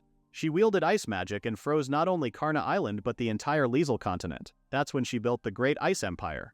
However, her reign did not last long because she got too greedy. When she expanded her power too far, the witch drew the attention of the Demon King towards her. With overwhelming mana and godlike magic, the Demon King sealed the Ancient Witch away. The Great Ice Empire fell in a single night and Lakoko village finally saw the snow begin to melt. The trio realize where the Great Elder's story is heading. When Stella turns to look at Loon though, the latter can't really vouch for anything. This is the first time Loon has heard of the story too. While the two girls bicker, Alto recalls his conversation with Mr. Mad about this mission. He now understands why the man reacted the way he did. Piecing all of this together, it's safe to say that Mr. Mad knew everything but kept quiet because of the principal's orders. Aside from that, they now have to worry about this ancient witch. Clearly, this enemy is on a whole different level since the Demon King himself chose to seal her away instead of wiping her out. The Great Elder then goes on with his story, sharing how their ancestors spent hundreds of years deciphering the Demon King's sealing magic. Their ancestors managed to pass it down as a secret spell from chief to chief. That is how they've maintained the Demon King's seal for 1,000 years. However, 3 years ago, the previous chief, Ronzo Mastiff, suddenly died because of a plague. With his death, the secret spell was lost. The next chief, Dabara, is a once-in-a-generation mage blessed with great talent. Still, he struggles to maintain the seal without the secret spell. And now the Demon King's sealing magic is now on the verge of collapse. After all that information, the only thing that Stella pinpoints is how Dabara is a once-in-a-generation mage. Something she says so sarcastically that has Lune nervously trying to calm her friend down. However, the Great Elder has already taken notice on Stella's comment and apologizes for Dabara's terribly rude behavior earlier. He even agrees that Dabara is clumsy and foolish. Even though that's the case, the Great Elder can assure the trio that the new chief's core isn't rotten at all. Even knowing his own weakness, Dabara goes to the Ice Palace every day and pours in mana until he's spent trying to shore up the seal and protect the village. With that, the Great Elder asks the trio's forgiveness. Suddenly, Dabara bursts inside the room out of breath. He is angry that their Great Elder is telling their history and even bowing his head to a fraud.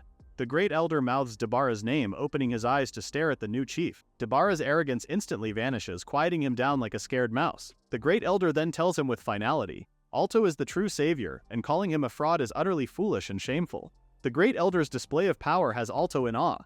Such incredible mana emitting from this old man can only mean he's insanely strong. Dabara's shoulders slump in defeat.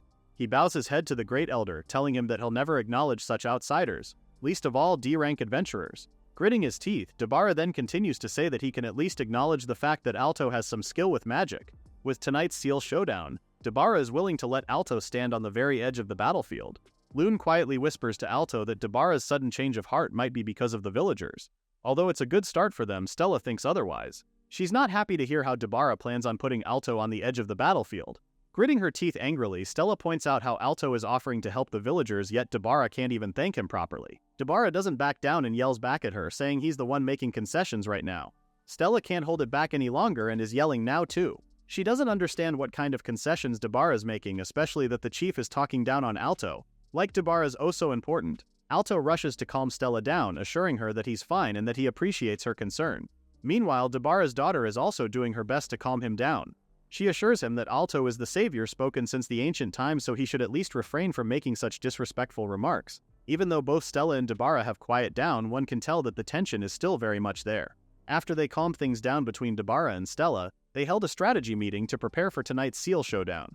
They shared info on the plan, formations, and more. When midnight arrived, they headed for the Ice Palace at the deepest part of Lakoko village. Heading there, everyone can feel the icy cold air, the type of chill that sends cuts right to the bone. The girls are trying their best to keep themselves warm. Seeing the girls like this, Alto quickly swishes his hand to cover the girls with warm cloaks. After Stella thanks him, Alto apologizes since this is just ones he usually uses. Lune instantly turns around blushing as she sniffs the cloak she has on. Of course, Alto sees this and tries to stop Lune from doing so. Lune, looking like a startled mouse, apologizes and explains she had a brief lapse of judgment. In her nervousness, she over-explains and even denies secretly doing this since their Adventurer Academy days. Well, now Stella knows this isn't the first time Lune has done this. Embarrassed, Lune turns to leave, saying the battle with the monsters has already started up front. The Lakoko villagers have already started battling these monsters. Dabara is already using his Heavenly Way art, Sun Halo, and his daughter has brought out her flute for her magic flute dance, Blaze. The villagers' way of magic has Alto amazed. It's a rather unusual mana, which he wonders if it's some kind of spirit summoning art.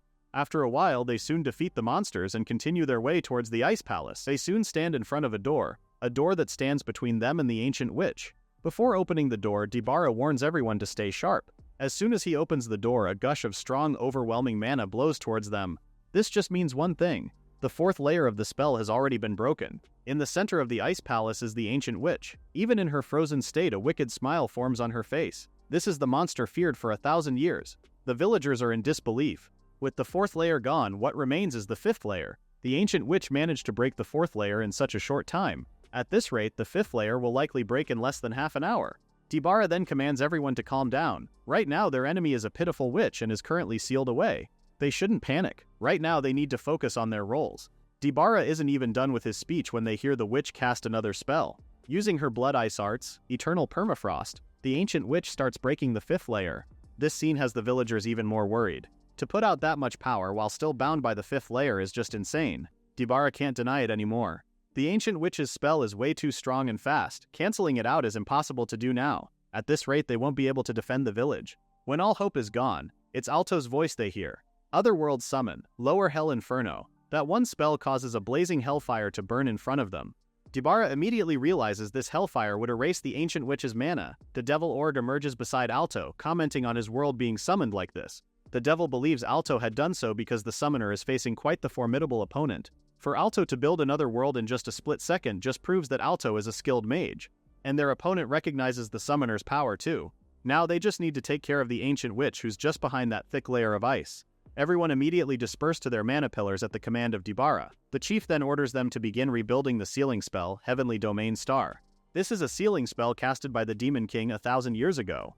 5 mana pillars form a pentagram, sealing the target at its center. However, the ancient witch retaliates by using blood ice arts, moonlight crystal. Flower-shaped ice flies towards Dibara and the others. At Alto's command, Org defends the villagers by using flame mantra, breaking the ice crystals into pieces.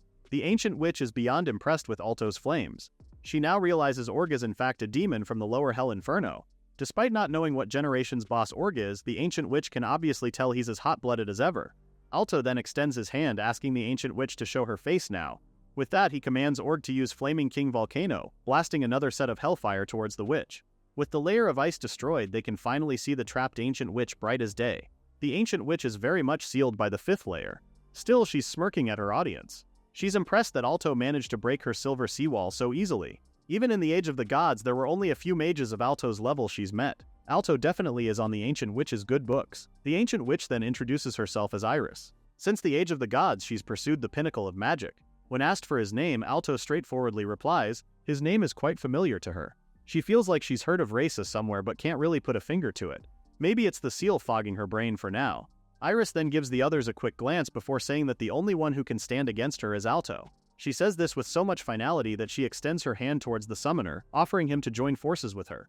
Seeing Alto's confused look, Iris then continues to explain her plan of shattering this final layer tonight. Well, that's if Alto doesn't get in her way. And once she's fully revived, Iris plans on rebuilding the Great Ice Empire. With this, she'll truly conquer the world. Iris is even willing to grant Alto a position befitting his talents. An irresistible deal, she calls it. In Alto's mind, Iris's offer is totally absurd. However, it'll buy the mages some time to rebuild the seal. So Alto tries conversing with the ancient witch, telling her that world domination is not really in style these days.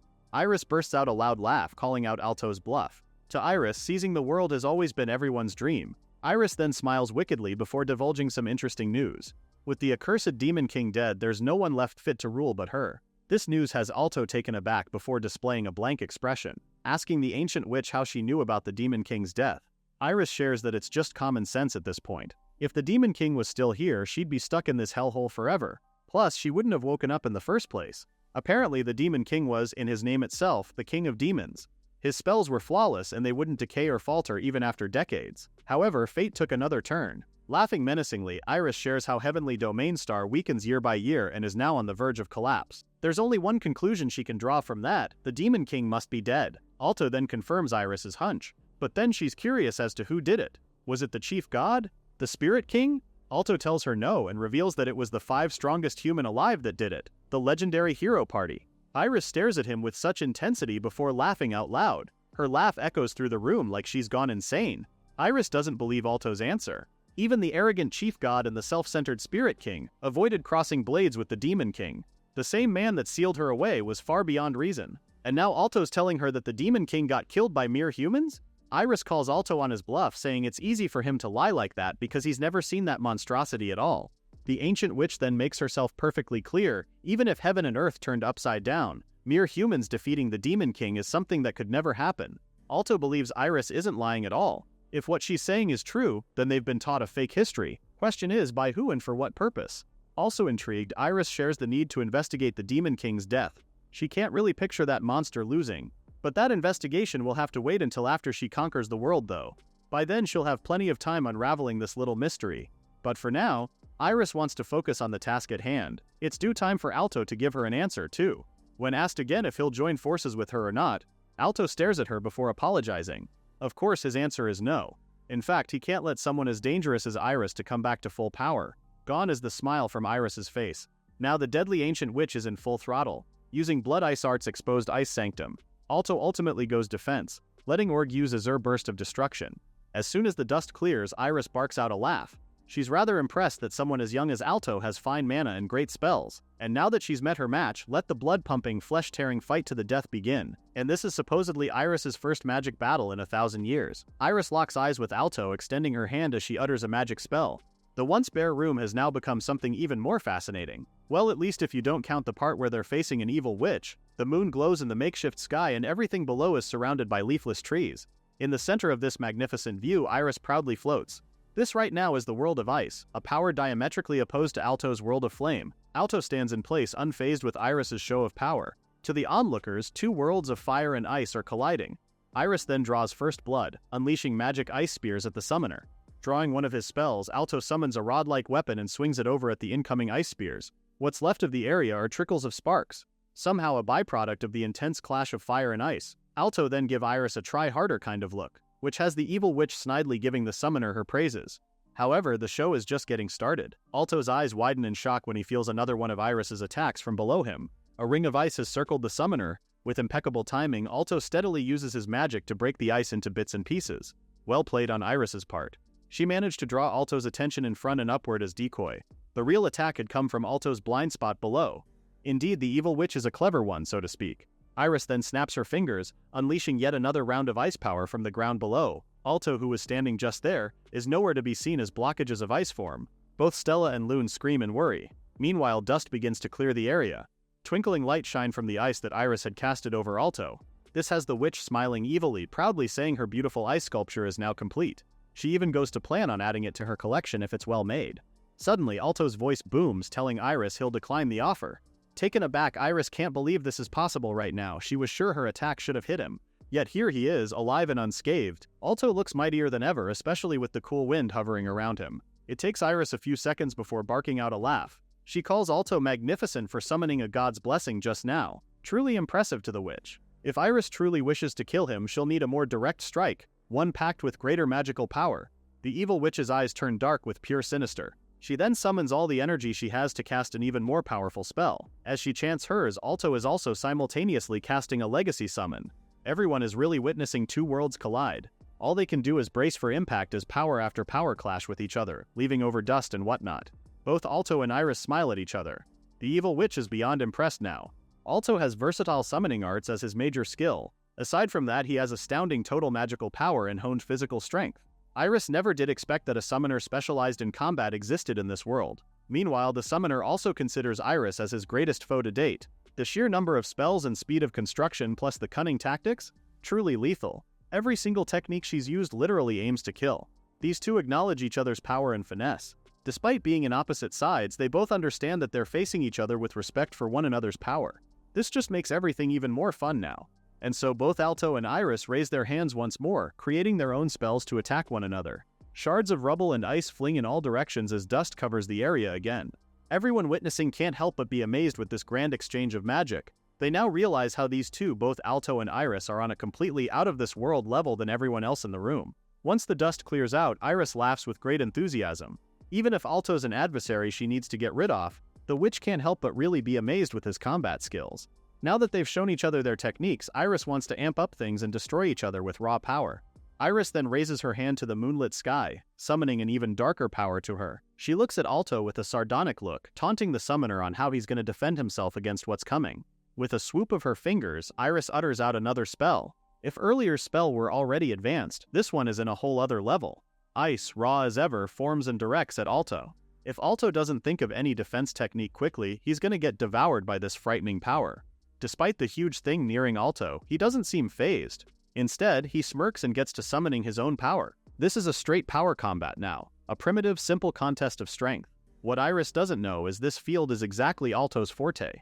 With a gun-like finger formation, Alto aims his spell straight towards Iris's attack before catapulting it with one single shot. Iris's eyes widen as she realizes that Alto's spell will break her own, but she's even more surprised that his power will cut straight through towards her. Alto then worries because his spell had just blasted the building's walls too. That was too close indeed. He almost blew off the building without thinking about everyone inside. His job was supposedly to buy them time. At least he's reminded of the original plan now. While everyone else is telling Alto their praises, even telling him he has outdone the witch of the age of the gods. Meanwhile, Iris is insanely laughing to herself. A sinister smile appears on her face, her eyes darker than usual. She looks at Alto, telling him she has forgotten the feeling of being scared for so long, of the fear of death, until now. Just then both Stella and Loon rush over to Alto and tells him he did a great job. But now is the time for the next phase of the plan, which needs both girls to switch places with him. As Alto leaves, he turns to Org and asks him to support the girls with the next phase. Staring at Alto's retreating back, Iris grumbles and complains why the boy is suddenly leaving when their battle isn't over just yet. She makes another shot of ice power at Alto. However, her eyes boringly looks at Stella, Loon, and Org, who have protected the summoner as he left. Stella won't let this ancient witch of the Age of the Gods lay a finger on Alto. From here on out, Iris's battle is with them. Once Alto reaches the magic pillar, he stares at it with deep realization. The seals on the magic pillar are breaking, and reinforcing this all by himself is going to be rough. Closing his eyes, Alto begins the next phase of their plan. For now, he counts on everyone else to distract the ancient witch. Meanwhile, both Stella and Loon are casting spells on Iris. Stella leaps into the air, manifesting Noble Twin Blossom. Iris looks at her with boredom as she casts ice magic to protect herself. She mocks Stella for her lousy move, scurrying around like that around her. Stella manages to step back from Iris's ice, telling the ancient witch not to underestimate them just because she's from the Age of the Gods. With that, Stella casts magic flame light blade straight at Iris. Although her attack causes a powerful boom, Iris is still in one piece.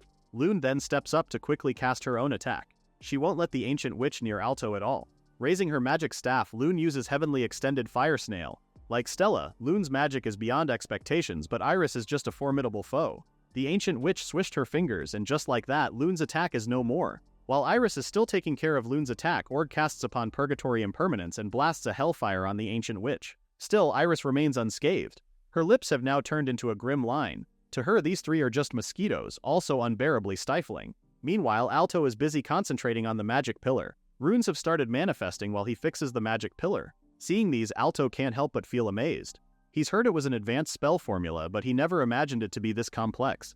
And to think, the great demon lord was fighting Iris at full power while he was constructing a sealing spell this complicated. Some snazzy goat that demon lord must be. Alto closes his eyes again, feeling this task to be draining quite a bit of magic. Normally this requires 10 high-ranking mages fusing their magic together, so doing this alone and feeling drained should only be natural. Alto then opens his eyes, a thought passing by as a sudden realization. Going back to the battle, all three are still going full force at Iris, who is beginning to feel annoyed with their relentless attacks. The ancient witch still remains unscathed, using her ancient ice arts to counter their attacks. To her annoyance, Iris unleashes a powerful ice spell on the three, casting everyone in an icy struggle. It only took Iris one attack on them to have them on the ground and wounded. Just pure child's play to her. Now that they're out of the way, Iris remembers the magic pillars and plans on whittling them down. It wouldn't be amusing at all if those magic seals which she worked so hard to break are suddenly reconstructed. But first, she needs to scatter the little pests getting in her way, the villagers. Both Stella and Loon cry out for everyone to run away as Iris extends her hands and unleashes Blood Ice Art, Breath of Zero. However, it's already too late. The villagers have succumbed to the ancient witch's spell. Even Stella and Loon are negated by Iris, stopping them from saving the villagers. Just as everyone's hope seems to falter, Alto swoops in and uses Legacy Summon to manifest Dragon of the Sun. Light radiates on the villagers, saving them from freezing to death. Both Stella and Loon look over to their friend, overjoyed with his appearance. The only person who's irked right now is Iris, who calls Alto a brat. Org then asks Alto if he's done with his work, to which the summoner nods in confirmation. Thanks to everyone, Alto safely finished reinforcing the magic pillars he was in charge of. So now Alto can freely join the others and work together to suppress the Witch of the Age of Gods. Hearing this, Iris snidely scoffs. Stella then uses Magic Flame Impact while Loon closes her eyes and casts Saintess Gospel Choral Hymn. And of course, Alto unleashes Idol Summoning, Iron Blood God Astera. With all these three combined, they've created a beast of manifestation that can easily defeat the ancient witch. Even she knows she's in danger just by one glance at the thing coming for her. If she lets this continue, she's in neck-deep trouble. If it was just the two girls, Iris would have confidently defeated them. But as she is now, Iris knows she can't defeat Alto. She curses herself for completely miscalculating all her moves. She never really knew the Lakoko tribe could bring out such a monster like Alto Reise. Just then, the village chief calls on Alto, telling him that the reinforcement of all the magic pillars are now complete. And so they move into the final stage of their plan. They now need to converge the power of each magical pillar into the central crystal and seal the ancient witch completely. However, a mysterious enemy casts Heavenly Domain Star, making the ground quake. While everyone else brace themselves from the shaking, Alto looks around for its source. He then realizes it's coming from above. The ceiling is literally crumbling before them. Knowing full well this magic will devastate all of them, Alto quickly uses legendary summoning to unleash the Great Rope of Heaven. Alto stands below the huge rope which saves everyone in the room. The village chief is the first one to look up again and is surprised to see the huge hole on the ceiling, revealing the bright moon above. He's surprised because this is supposedly impossible. They're hundreds and hundreds of meters from the surface, but Alto managed to defy such impossible odds. Just when Dibara thinks their problems stop there, he sees that the magic pillar is somehow cracking again, and his villagers are all wounded on the floor. A mysterious voice barks out a laugh, happy to have made in time. Barely made in time, in fact. With footsteps drawing near, the mysterious voice says Iris, the witch of the age of the gods, is precious existence with ties to the great demon lord. The mysterious enemy reveals herself to everyone. A girl with angel wings and elven ears. She tells everyone that it would cause a problem if Iris got sealed away without permission. Who in the world is this girl now? But more importantly, Dibara is concerned with the magic pillar. The seal their ancestors have guarded for generations is crumbling right before him. At this rate, the ancient witch will be released. Right then, Iris's cage begins to crack before their very eyes. The ancient witch smirks triumphantly, preparing her impending release. Iris then laughs out maniacally. She doesn't know what's happening, but this is quite something. Moments ago, she really thought it was the end for her. Yet, here she is, being released from her imprisonment. Too early to be celebrating, right, Iris? The cracking of her shell somehow stops. Iris notices this and wonders why it suddenly stopped. It only takes her one look at the side to see that of course it's because Alto is using his magic arts to stop the seal from further collapsing. Alto gives Iris the side-eye while still working on the seal. He apologizes to her for disappointing her, but there's just no way he'll let it crumble so easily. Both Stella and Lune are relieved to see their friend being the powerful summoner that they know him to be.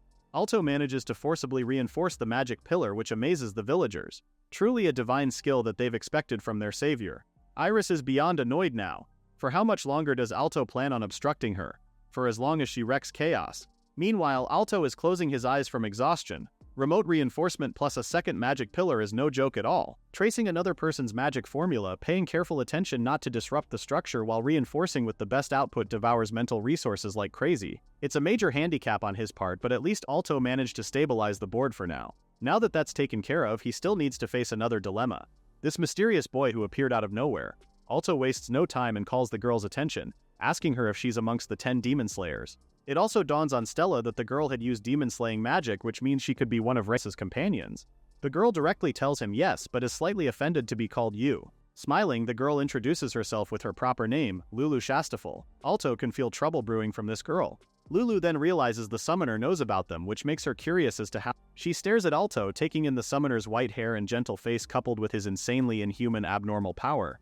Lulu has her hand on her mouth, dreadfully asking if the summoner is Alto Reise. As soon as Alto confirms this, Lulu is beyond aggravated. The girl had heard from Regulus. Sighing, Lulu shares how she heard Alto is a summoner as strong as an ogre. The thought just makes her shudder and turn around. Meeting Alto has Lulu dizzy. She clearly doesn't want to do this. Earlier's display of power is enough proof that Alto isn't one to toy with. Alto is seriously crazy strong. Lulu is hounded by her own thoughts and fear of Alto. She's now contemplating if the summoner is really human. And if so, what is he eating to get this strong in the first place? Looking around, Lulu also realizes she can't use illusion summoning because of the celestial star domain the great demon lord created. And if she even thinks about fighting Alto with just raw power, Lulu knows she's gonna get slaughtered. Thinking of a plan, Lulu smiles and decides to just run away. With that, Lulu flies to the sky to escape. She's already mid-air when Iris calls her, nicknaming her Bangs. Crossing her arms, Iris asks about her business with her. Before even addressing that matter, Lulu defends her hair by saying it's her stylish point. Iris then tells her to shut up and to answer her question quickly. With a serious look, Iris also gives her the option of having her annoying mop of hair getting ripped out. Lulu starts sweating in fear before laughing awkwardly. She then confirms she does indeed have business with the witch of the age of the gods. In Lulu's mind, she also knows not to underestimate Iris. This woman acts almighty and strong because she truly is. She's exactly the type Lulu is worst at dealing with. Iris then gives him a conniving look. Even though she doesn't know what Lulu wants with her, the ancient witch volunteers to lend her a hand. Lulu gives it a thought, sweating as she does so. Then she looks at Alto below and back to Iris. Although Lulu is grateful for her kind offer, she honestly tells the ancient witch that Alto over there is terrifying enough. So she believes she should excuse himself now. Iris stops him again, saying she understands her fear for Alto. However, looking at the summoner, it's really evident that he's in a special situation right now. To Iris, no matter how monstrous Alto may be, he cannot use large-scale summoning magic while maintaining the pillar. Alto is just there on the ground trying to maintain the pillar from collapsing. He stares at Iris with a curious look, with the latter giving him an evil grin. By the looks of it, Iris is sure that Alto cannot even muster half his strength right now. This piques Lulu's interest, asking the ancient witch if it's really true. Alto looks exhausted too. as he expected of the ancient witch as well, such vast knowledge and experience. Iris, on the other hand, badly wants to break this troublesome seal. If she can do so, she can fully restore and regain her former power. Once that happens, Iris vows to tear Alto Reise to shreds and shall deign to cooperate with whatever business Lulu has with her. So for now, she asks Bangs to lend her a hand and smash the surrounding magic pillars, even destroy the celestial star domain. Lulu is now in thinking mode. This arrogant woman fought the previous great demon lord who was a genuine monster. As a fighting force, she can't deny the fact that she's quite sufficient. Lulu's face turns glum when she thinks about her plan of running away. If she does that now, everyone's definitely going to be mad at her. Meanwhile, Alto's stare is becoming more and more intense. If these two really team up, things will head down south quick. And so Alto calls Lulu's attention and asks about the cursed relics connected to the great demon lord the demon slayers are collecting. He then mentions how the celestial star domain which the great demon lord constructed should be a prime example of a cursed relic. Lulu then details out how she doesn't really get the finer details of things. However, according to his sources, this sealing magic has been reinforced with magic from the Lakoko tribe. It's some weird tribe magic too. Because of that, the celestial star domain can't be used as the foundation for the grand ritual. Before Lulu can even explain about the ancient witch's role in all of this, Alto cuts her off. Lulu's explanation means the worst-case scenario is about to unfold. Crossing her arms, Iris reminds Lulu not to lay a hand on Alto first because summoners are known to have trump cards hidden in their sleeves. Smirking, Lulu mutters in agreement. She then repeats her orders to crush the small fry around them and break the magic pillars. Iris then looks at her new ally with a crazed look, and so Iris casts Blood Ice Arts Silver Zero Ice Crystal while Lulu uses her spell Grasp of All Creation. Alto is now on full alert. Both Stella and Loon get into fighting mode as well, determined not to let the two enemies have their way. Stella then unleashes Demonic Flame Rend while Luna uses Winged Heavenly Water. Rubble and dust fill the air as the battle ensues. As soon as it clears, Stella is taken by surprise with Lulu's attack from behind. Although she draws her sword immediately, it proves to be too late. Lulu then uses Grasp of All Creation on her. Stella's grip on her sword weakens as she succumbs to the painful attack. Lulu then redirects her staff and directs instant Shadow Thunder onto Lulu, who again uses Grasp of All Creation. Loon's spell backfires on her, flinging her to the ground. Lulu smirks, taunting the two girls to try their luck next time. Without letting go of the reinforcement spell, Alto yells to ask his friends if they're alright. Stella winces in pain, but tells him she's hanging on. Loon is also alright. Both girls don't know what happened and why their attacks just backfired on them. Iris laughs in satisfaction, surprised with how strong Lulu is. Alto thinks about Lulu's spell, Grasp of All Creation. It's a spell that can reflect any attack. Even if it's troublesome, Alto knows every spell has a weakness. He just needs to stick around and find it.